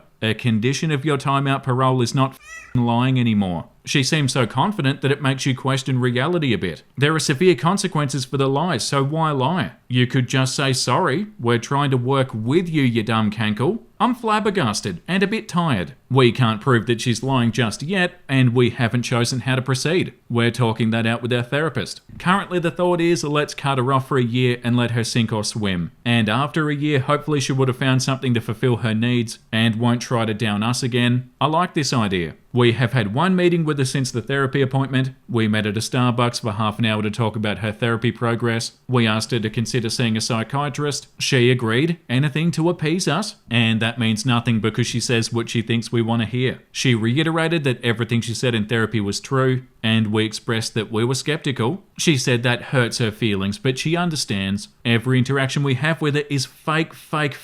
We're at a standstill until we choose how to go forward. We visited my parents yesterday and vented about the lies, the stranglehold that cruise control has had on our lives, and how we don't see a way forward because she's incapable of being genuine. Husband was trying to explain how her manufactured drama used to feel so normal to him. Now that he's had a break from it, he can see how ridiculous it is. But he still feels the training kick in and automatically thinks, how can I make this better? Until he realizes, wait, that's not my job. He was trying to explain how he knows that she's really upset and feels like the world is ending, but from the outside looking in, he has secondhand embarrassment from her behaviour over inconsequential bullshit. My mum summed it up beautifully. She said she gets frequent and sudden cases of the fee-fees, doesn't she? Husband giggled at that way of putting it. Somehow hearing cruise control's behaviour summed up as poor whittle fee-fees rings truer than she's probably experiencing separation anxiety, or perhaps she's having a manic episode. Holy shit, guys, it felt so good to not use therapy talk and be gracious and polite about how screwed up she is. We all sat around and shared cruise control stories. I think we're both starting to think that we've been taking cruise control too seriously. She's a ridiculous, silly person. We're going to be regarding her as such. She gets to be treated like an adult when she acts like one. My mum had a cruise control story that I hadn't even heard before. Back when we thought we might get to have a normal wedding, my mum was invited to go shopping for mother of the bride, mother of the groom dresses by cruise control. She went even though the wedding was barely in the fetal stage. It was a wedding zygote. No details other than, yeah, we'd like to do this sometime. My mum humoured her and they went shopping because she thought it might be good to get to know her better. Cruise control spent the whole day finding ways to mention her own wedding to father-in-law a million years ago and cry. They'd look at pink dresses and it'd be, oh, this colour reminds me of the colour of the sunset on the day I got married. I'm so sorry, I don't know why I'm tearing up. It's just so hard to think about. My mum was nearly crying laughing when she recounted that cruise control had picked up an ivory dress and said, oh, this is just the colour of the cake at my wedding. Sob,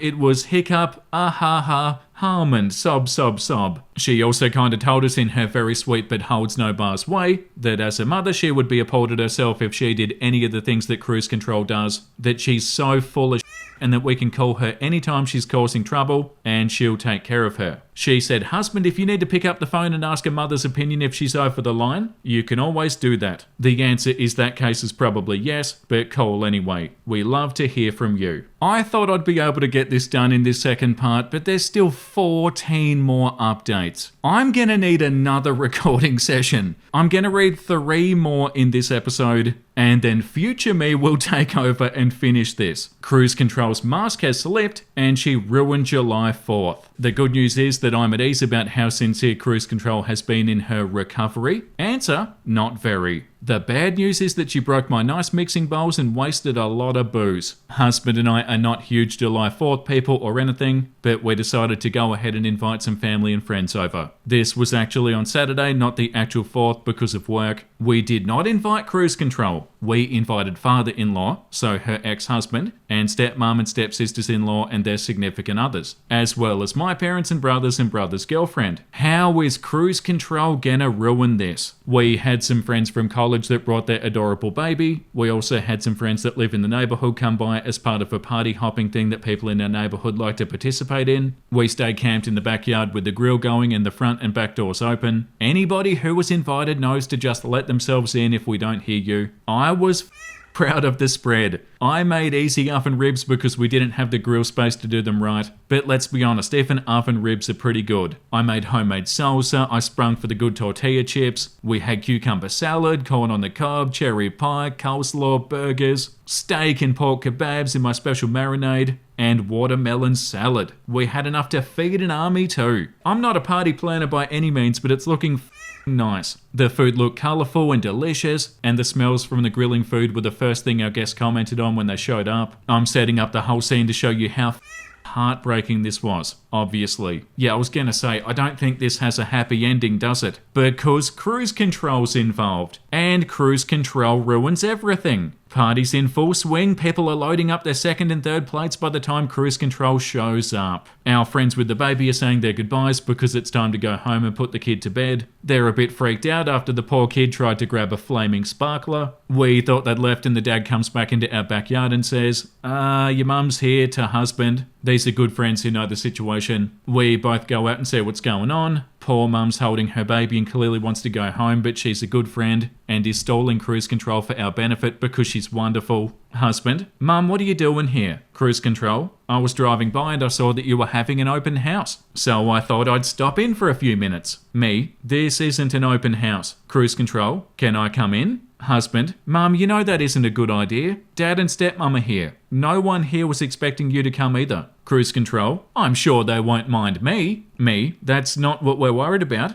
Are you really ready to face them? Cruise Control, I'm sure it'll be fine. Husband, that might be true, but this wasn't planned. I don't want this party to be the guinea pig. Please leave and we'll arrange something in the future so nobody's blindsided. Cruise Control, blindsided? Kind of like how I am right now? You didn't invite me to a party. Me, yeah, we didn't invite you. That's not you though. We have parties without you all the time because you don't like to attend them if father-in-law and stepmother-in-law are there. We've been doing this for years and you've always known about it. And this is true. We either make a separate holiday for just her on the weekend or on the actual day and father-in-law and my family get to have whatever's available. It's stupid, and we didn't do it this time because we're not meeting with her right now. Cruise Control continued to try to talk her way into the party, and husband and I are jaded way too hard, which we kicked ourselves for later. I finally went back inside because I had stuff in the oven to watch and I left them to it. Next thing I know, Cruise Control has successfully talked her way into the house. Way to go, husband. I was taking a pie out of the oven when she walked into the kitchen and started lecturing me about how I'd put up photos in the living room just to hurt her. Oh my god, get out of the house, Cruise Control. In a previous post, I mentioned that she flips out if we put photos of husband's dad and stepfamily on the walls, or fridge so we keep them upstairs where she won't see them. In a moment of righteous anger, I rearranged our photo wall to be more balanced and show some treasured memories of husband's awesome family, who has also been put through so much by this woman. She's still on the wall so she can choke for all I care. I told her so in different, nicer words. She didn't respond, just flounced outside. I didn't see what happened next, but I had it told to me many times. First, she got really upset that we had alcohol. She's vaguely religious and super anti-alcohol. We hide our beer and wine when she comes over because she cries if she sees a beer in our fridge. She asked husband if it was really necessary. My dad was a little tipsy and said something like, "None of this is necessary, but it sure is nice." She got upset and walked to the other side of the yard and glared. God, she's insufferable. She spent some time looking around to see if anybody was watching her, and then she snuck over to the coolers which were sitting on a table, and she pushed the one full of margaritas over. What? She claimed that she lost her balance and it was an accident. She was seen plotting this for a while.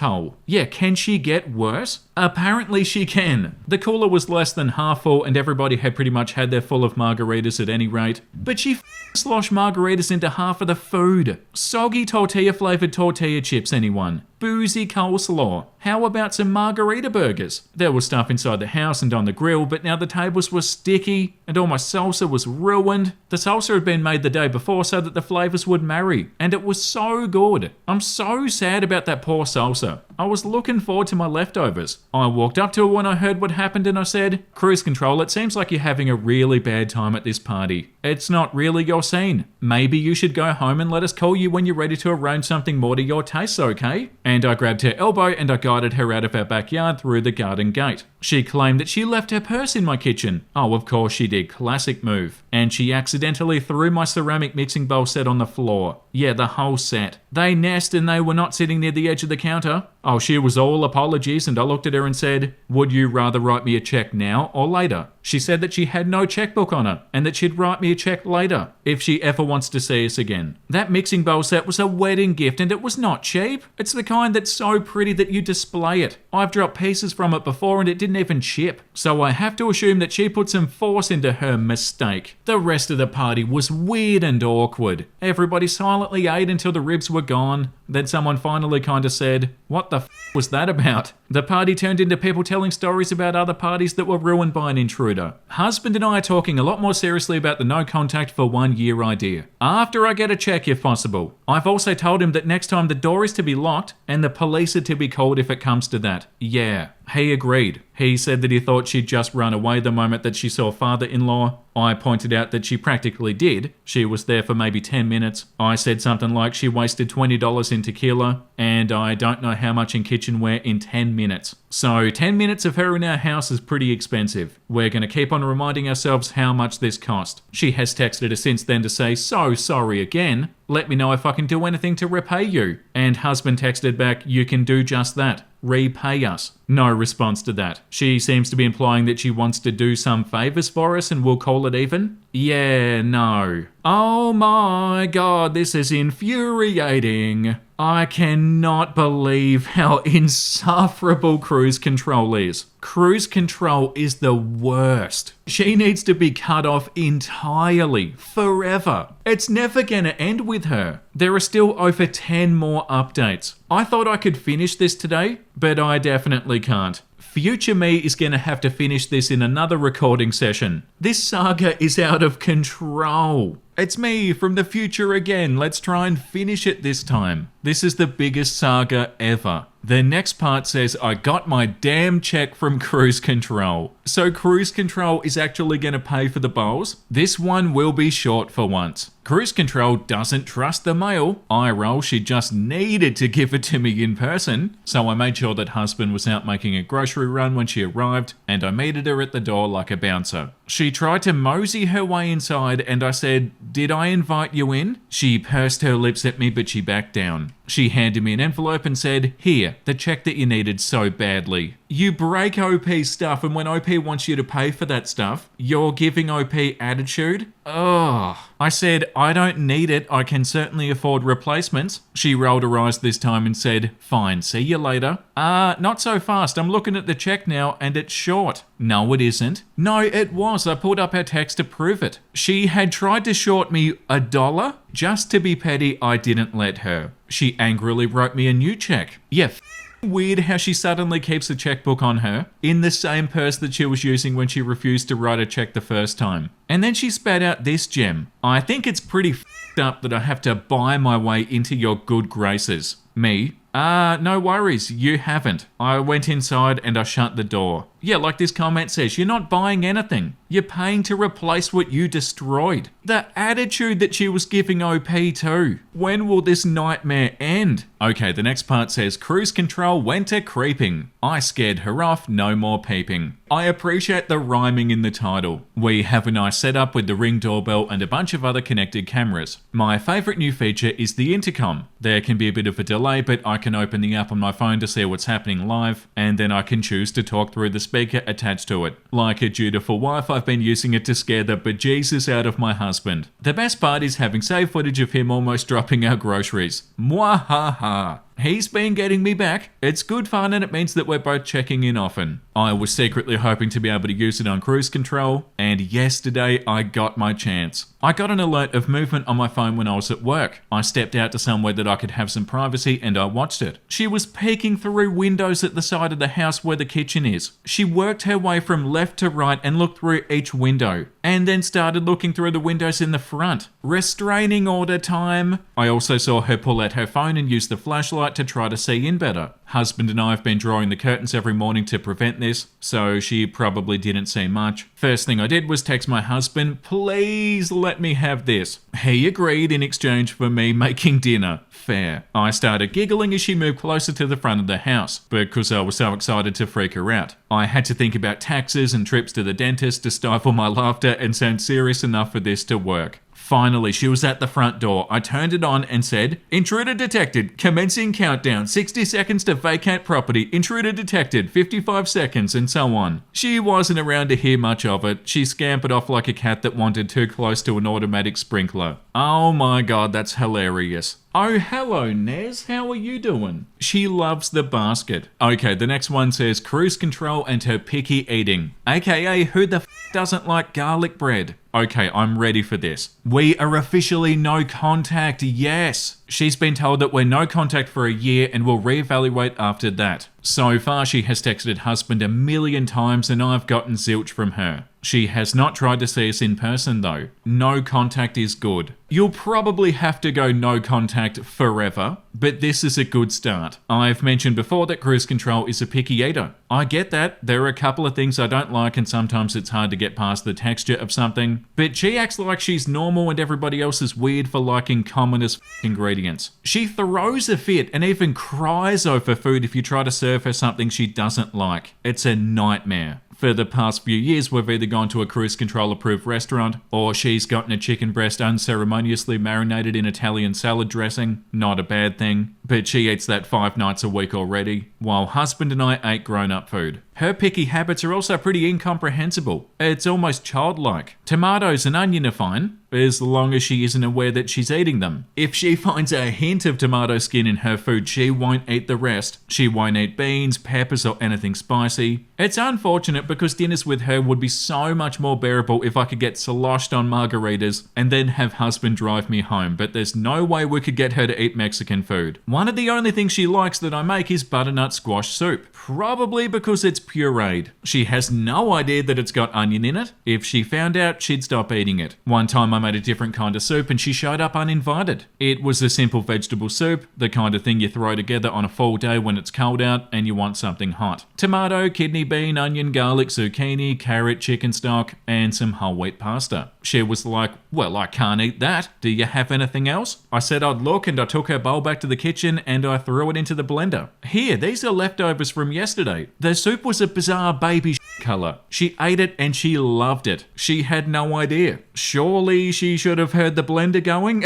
The fact that OP has to treat her like a toddler is so funny. She once cried her eyes out because I told her that Caesar salad dressing has anchovies in it. She will not eat fish or any kind of seafood. She decided after a while that Caesar salad dressing is okay because she can't see the anchovies. By that logic, I decided she doesn't need to know about it if I've used Worcestershire sauce either. If you grill something, she'll painstakingly cut the grill marks off. What? She won't eat the black stuff. She also won't eat any meat that still has a bone in it. One time I attempted chicken vindaloo for me and husband. She was not invited. She showed up at our house and was mad at me for making spicy food. She acted like it was some kind of assassination attempt. So you're not allowed to make food in your own house for yourself that's not even for her. The audacity of cruise control is actually unbelievable. Perhaps the most befuddling of all is her seething hatred of toast. She won't eat any bread that's been toasted. No croutons, no toasty warm bagels, no garlic bread. She hates garlic bread and claims that the smell bothers her. The smell of garlic and butter? No, the smell of garlic bread bothers her. That's somehow different. So I shouldn't make it if she comes over. The truth is that she hates to watch people chow down on stuff that she doesn't enjoy. It makes her mad for some reason. I complied and I stopped making it, partly because I was hoping that husband would see that more of his mother equals less garlic bread, which equals less happiness. The small bit of no contact that we've gotten has been amazing. I've been cooking and baking like crazy, and we've all been having the spicy food that we want. I could have done it before, but I just hated her coming over and saying, "Oh God, what's that smell? I feel faint. Oh, I feel lightheaded. Is that safe?" If I make something that she's not familiar with. I'm trying to get better at making curry so that we can save money on takeout.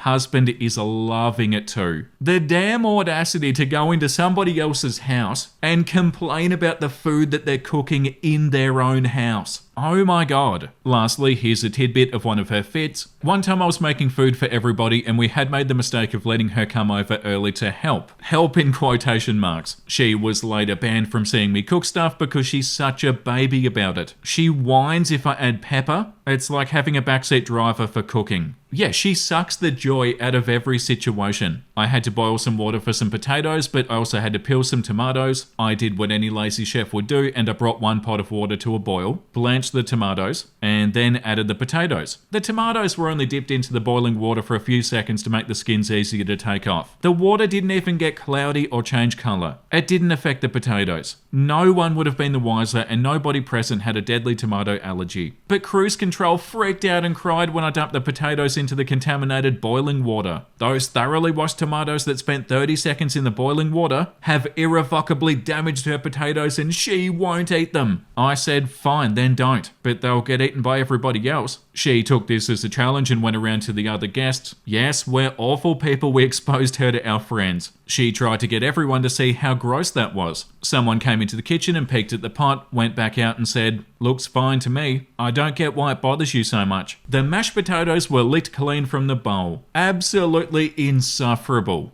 But they're officially no contact. That's good. That's worthy of a celebration. Okay, as Nez sleeps peacefully in the basket, let's get into the next part. Cruise control knows just the way to get us to regret going no contact with her. Is it even possible to regret going no contact with her? Cruise control, my crazy mother-in-law, who we recently went no contact with, has been a lot calmer than we expected. She's probably planning some sort of manipulation. She blew up husband's phone before he blocked her, and she peered through our windows once. I scared her off. Check Bot if you're interested. I expected World War III, so this has been pleasant. The silence couldn't last, so here's the latest in the exciting world of Nope. Cruise control came to the house when husband and I were both at work with a large manila envelope. She didn't take the steps up onto the porch. She just tossed the envelope like a frisbee and hightailed it out of there. I guess she thinks that she's invisible to our Ring doorbell unless she steps onto the porch. She isn't. I took one for the team and I opened it when we both were home. It was large prints of photos of cruise control and a note explaining that they're for our photo wall. Yeah, so burn them immediately. They probably have a witch's curse on them. If you're lucky enough to be hearing about the lunacy of cruise control for the first time right now, I'll explain. She has a grudge against her ex-husband, father-in-law, and that extends to his lovely wife and his stepdaughters, who are both friends of mine. She would flip out and cry if we had photos of any of those family members within her sight. I got pissed one day and I updated the photo wall in our living room to include all of our family members. Cruise control was still in it, for f***'s sake. We believe that seeing those photos is what caused her tantrum, that caused us to go no contact. It's insane to me that she hasn't heard from us in weeks and has spent all of this time frothing at the mouth about what our living room wall looks like. I don't know what to do with the photos. Burn them immediately. I'm thinking of investing in a dartboard. This comment says keep them as evidence for when you inevitably have to get the police to have a chat with her about harassment. Yeah, there's no way that this doesn't end with the police being involved and a restraining order for harassment. She doesn't respect boundaries. Yeah, I feel like the only way cruise control will ever leave them alone is if police are involved. And even then, I don't know if that'd fix the problem. Okay, the next part says cruise control showed up again in an effing disguise. Are you serious? All I'm imagining is that scene where Bart wears like the big nose and glasses. Cruise control has taken to emailing husband, not me. I think she feels like I'm a lost cause because she hasn't had ample time alone with me to program buttons. That or I'm just not that popular. She wants to sit at the cool kid table. I think she believes that she has a grasp on husband based on her communications with him. She writes stuff to evoke emotions, especially remember when kind of stuff. She thinks she can get him to miss her by making him reminisce about childhood. Instead of snapping into a trance and becoming a lethal killing machine bent on assassinating the prime rib of Micronesia, he usually shakes his head and says, "That's not how I remember it." Example, she sent an email about how something reminded her of how she took him ice skating for his birthday, and they had a great time. Husband told me the real story. He was invited to an ice skating birthday party at an indoor ice skating rink, and it was during one of father-in-law's days. Cruise control wanted to take him, and father-in-law said no because number one, just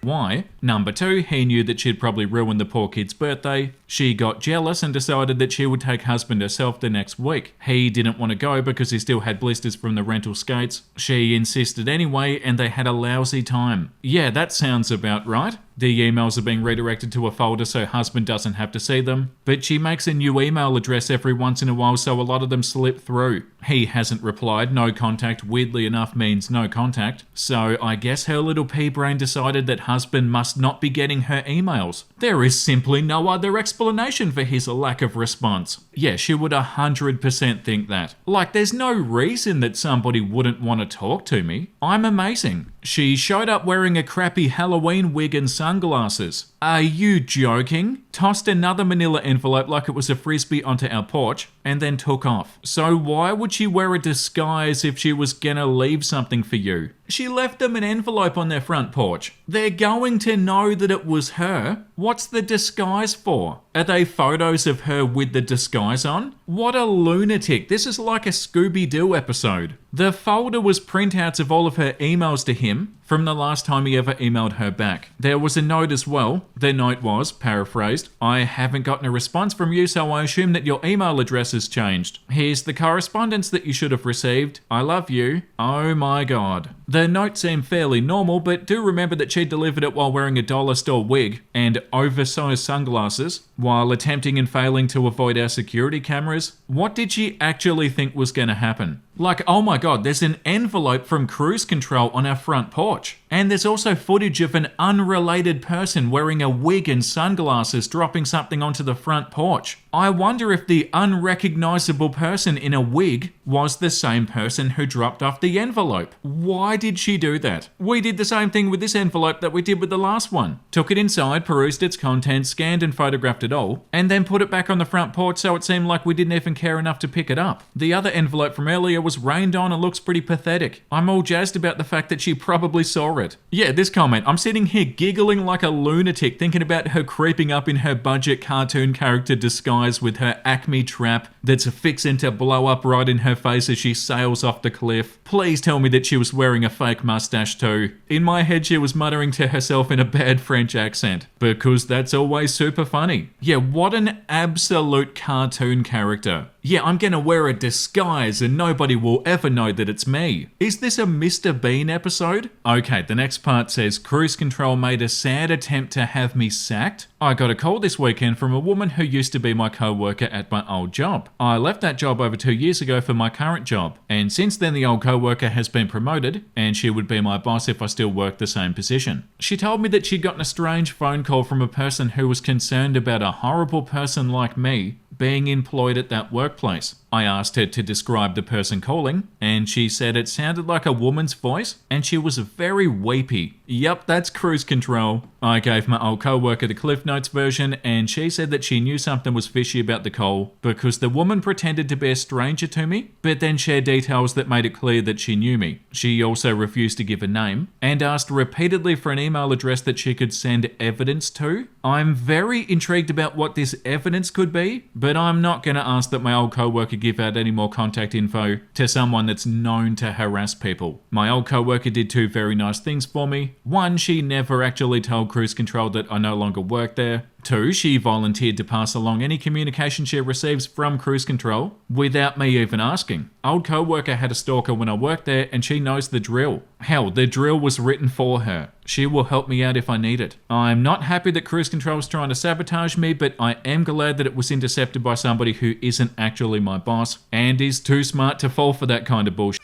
Husband and I have decided that it's cease and desist time. Yeah. Eventually, Cruise Control's going to remember that she could easily Google me and she'd find my actual workplace, which is easily searchable. So we want to nip this in the bud now. When is this nightmare gonna end? She's not gonna stop ever. Okay, let's see what happens next. Cruise Control wants husband to change his last name. Despite no contact, she still won't drop it. Quick background, husband's parents divorced when he was a toddler. He was raised 50-50 by both of his parents. This didn't stop Cruise Control from lamenting about how hard it is to be a single mother to a child with a deadbeat dad. Cruise Control spent a lot of husband's childhood trying to demonize his father. It didn't work. If anything, his dad's practically his best friend. They're two peas in a pod. She was threatened by this and would cry and wail and whimper until husband awkwardly told her what she wanted to hear, just so that she'd leave him alone. She asked him to do and say things that were totally unfair, asked him to say that he loved her more than he loved his dad. The last name change was one thing husband wouldn't let her have. When husband was in middle school, it suddenly started to bother Cruise Control that she still had her ex-husband's last name. She decided to change it, but only if husband changed his too. There was some kind of odd logic of hers that he would belong more to whichever parent had the same last name. Husband did not want to change his name. It had been his name his whole life, and his dad was still very present and devoted to him. So why erase that link to him when he was forced to favour his mother in almost everything else? Cruise Control continued to badger him about it for the next few years. She tried to compromise by saying that the two of them could come up with a brand new last name instead of using her old maiden name. She used to make handwritten lists of last names and give them to him to ponder. Apparently she dropped it a few years back, but she started right back up when she realised we were getting married. She started in on the which last name will you take stuff very quick. She was practically foaming at the mouth, she was so excited. She wrote one of those god-awful emails that was like 60 pages long about last names and how people are making their own traditions now. How fun, right? You guys should pick a new name that has meaning to you. And she started making handwritten lists again. A lot of her suggestions sounded like a nom de plume one might choose if one writes smutty romance novels. A lot of them sounded vaguely French. She has a penchant for last names that start with Saint. None of them fit well with our first names. Once I jokingly said that we'd chosen the last name Phalange. She commended me on how unique it is. Really? I had actually wanted to keep my own last name because it's a rare one. Only around 100 people left with my surname and only 30 of those people in America. My father's an immigrant and it's a little cultural tie to where he's from. And my first and middle names are from my mum's culture. Husband has a nice surname, but it's not in danger of dying out. He actually suggested taking my name first, and I thought about it and liked the idea. And then Cruise Control was just a little too excited about it. We realised with sinking hearts that she was going to change her last name to ours. She's that crazy. So I took husband's last name. It's the only name that she won't change hers to. My maiden name is now my middle name. Anyway, the reason I know she hasn't dropped it, she left another envelope on top of the mailbox this time and wrote husband first name plus Cruise Control last name on it. And inside the envelope was another one of those lists. The contents of the envelope didn't mention no contact at all and sounded like we still talk regularly. One thing even said, here's the info that you asked for, which neither of us have ever heard of, much less requested. Okay, and the next one says Cruise Control's on my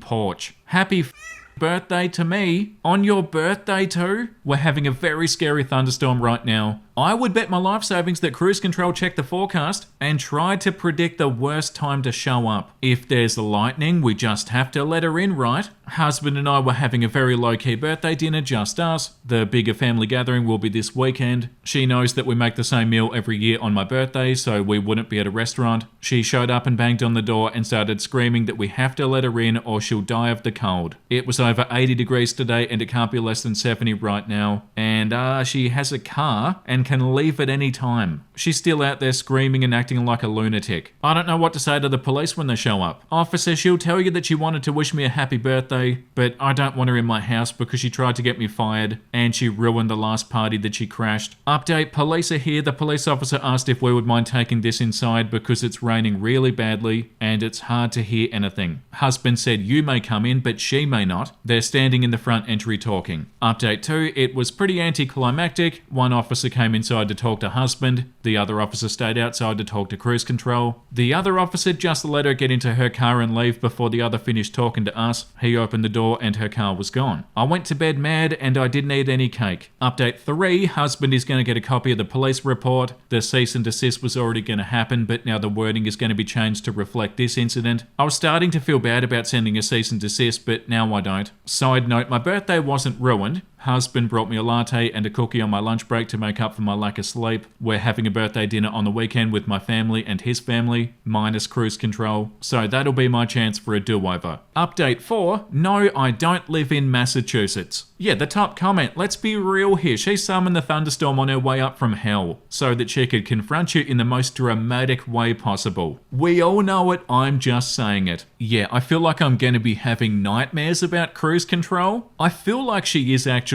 some sort of demon or something. I feel like she does have the ability to curse people. I think she might be some kind of witch or something. The next part says, life's been nuts, cruise control has been nuttier. First of all, I'd like to take back everything I ever said about the stupid Ring doorbell. It's fall and I live in a state where the leaves are finally starting to drop. It's also really windy. My damn phone's been going off several times a day because of the wind and the leaves. I tried changing the sensitivity settings and it has been reduced, but Jesus Christ, it's been annoying. We finally had a cease and desist drafted and sent. It took longer than expected for reasons I won't bore you with. That was a while ago and she was actually silent for weeks. Then she started again leaving stuff on our porch, always at an hour when we'd be at work, and always in a weird tone that implies that we still talk to her. Yeah, that's kind of concerning me a little bit. It's not the husband, is it? Like the husband still talking to her. We get no more than 1 or 2 things a week on the porch, which apparently means it's not harassment. We spoke to a super helpful police officer, sarcasm, who told us that he can't arrest somebody for leaving stuff on the porch occasionally. He asked us if we wanted to have all people who distribute flyers arrested. What, dude? Most recent packet from her was a bunch of clippings of recipes. She had a note in there asking us to mark which ones we want her to make for Thanksgiving. I can't tell if she's delusional or if she is putting on an act hoping that we won't dare to disappoint her. Cruise control has done the pretend I believe I'm invited and then they have to invite me thing many times before, so I'm leaning towards that. She uses that tactic so often that we have a nickname for it, which I can't share because it has her name in it. All the crap that she leaves goes in our file, and it's scanned and saved digitally as well. I just say that because I know that it'll be suggested in the comments a lot. We're talking about moving house. It might be nice to be a little bit closer to my parents. We said that we'd make a decision on that by December because we'd like to have the house on the market in spring if we can. The house will be empty for Thanksgiving. I'm a bit worried about that. I have a feeling cruise control will show up. We have neighbours who have agreed to keep an eye out and call the police if they have to. Husband and I wrote a letter to give to the neighbours in case they have to call the police. The letter is pretty much we're the homeowners and we asked neighbour to watch the house. If this woman, picture of cruise control, claims to live here or be invited, it's a lie. Also, here's a copy of the cease and desist that we sent her to show how serious we are about her staying away from us. We told the neighbour only to bother calling if cruise control is damaging property or trying to get inside. If she just cries on the porch, whatever. Enjoy your turkey and ignore her. I really hope that cruise control doesn't ruin Thanksgiving for the neighbours. Oh my god, this saga has been out of control. Oh no, the next part. The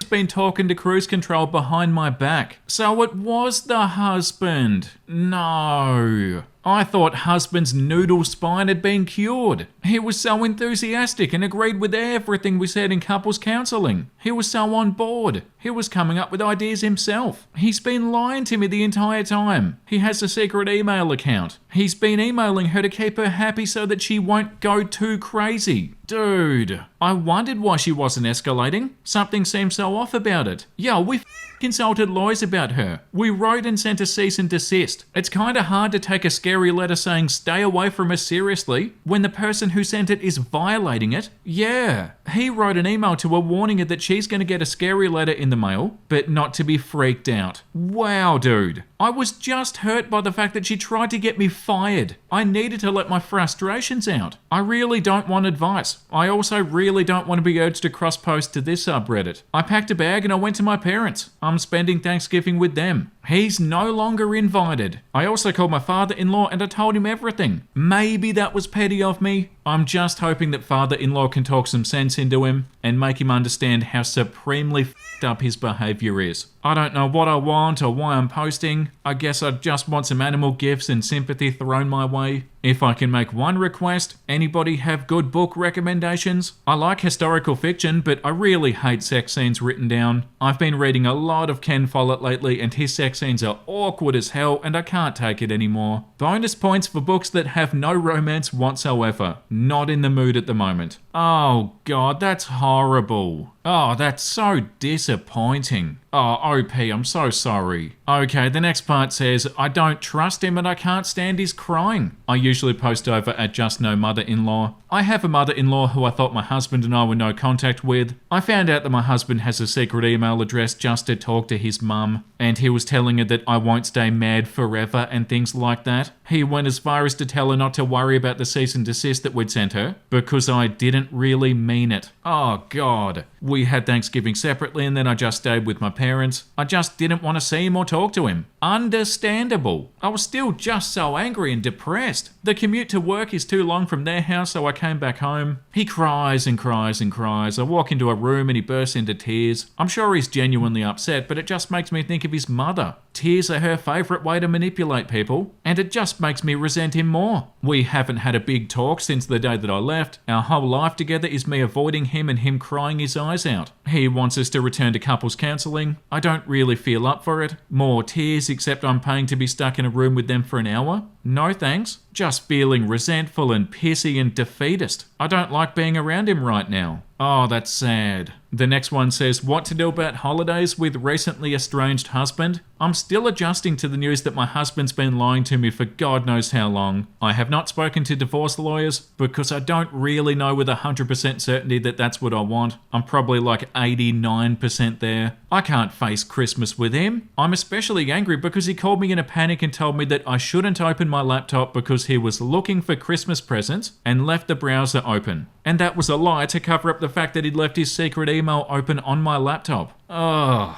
My family, parents and my two younger brothers are going to my grandparents' home country for Christmas. That means I can't just change my plans and celebrate with them. I'm supposed to watch their dog for them while they're gone. I don't want to be alone. I could stay at my parents' house and play with the dog and have a quiet Christmas, but the thought makes me sad. We were supposed to have Christmas festivities with my father-in-law and his family. I don't want to play happy families right now. I'm very close to his family, and it hurts knowing that I'll probably lose them soon. His stepsisters are two of my closest friends, but I don't know what'll happen there. I foresee it getting complicated. What can I do with only weeks to spare and a dog to take care of? Oh, that sucks. I feel like I'd either spend Christmas alone if I was OP or spend it with some friends if I could. Oh, this is sad. Okay, and the last post from OP. Hi, I'm still around, I'm not pregnant. I took a long hiatus from posting because I thought it'd do me good. I opened the laptop that I usually use for posting through this account, and there was a notification that looked concerning. So I opened my account for the first time since 2018. First of all, I am touched that I received so many offers to visit people's homes for Christmas. I also had some messages from users and moderators at the Just No Mother-in-Law subreddit asking if I'd posted anything under a new account, which I'm not sure if I should link here. I did not. They posted 2 posts and one detailed that my husband moved back in with his mother, and the other detailed that I was pregnant, but they were both removed and I haven't read them. Neither of those things are true. They also posted something pornographic that violated Reddit's rules or something. Frankly, I didn't understand what the message was about. I never saw the picture, and yeah, anyway, that was not me. So somebody posted updates pretending to be OP.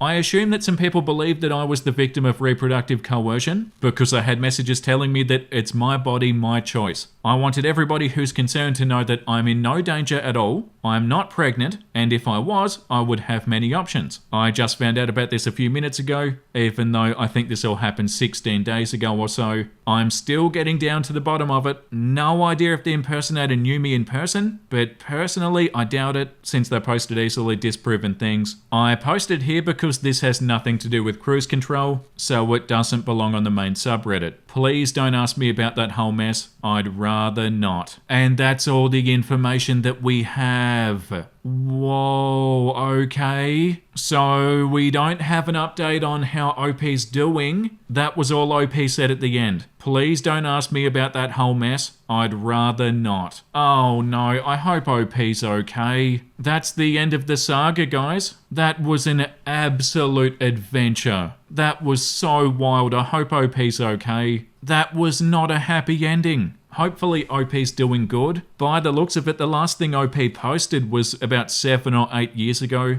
OP's got a comment here that says, "What I want is what I thought I had." I was proud of us. I thought we'd come so far together, and that he'd emotionally matured by leaps and bounds over the past 2 years. I was always bragging about my awesome husband who had to make hard decisions and took it like a champ. Ha ha. If you'd asked me what I loved about my husband 3 weeks ago, the first 5 things on my list would be things that I now know to be complete lies. Oh no, this is sad. I don't know what to say. I feel so sorry for OP, and I hope OP's doing okay. What was that saga that we read, the Stabra saga, that just suddenly ended and there were no more updates? That was a very terrifying episode with a terrifying ending. This one's a little bit less terrifying, but at the same time, I was really hoping for a happy ending for OP. Maybe things are going good for OP though, and maybe OP never updated. I'm just hoping for the best for OP. Okay, I guess that's the end of the saga, guys. Let me know what you think down below in the comments, and let's read something wholesome. This is the wholesome meme for today. Orange juice and milk. Look at those beautiful kitty cats. I want them. Nez wants to be friends with them. Cats are too perfect. Thank you for watching today's episode, everybody. I hope you had a great time. Let me know what you think in the comments. And the comment of the day goes to Cosmic Witch. OP is doing such a good job, merch.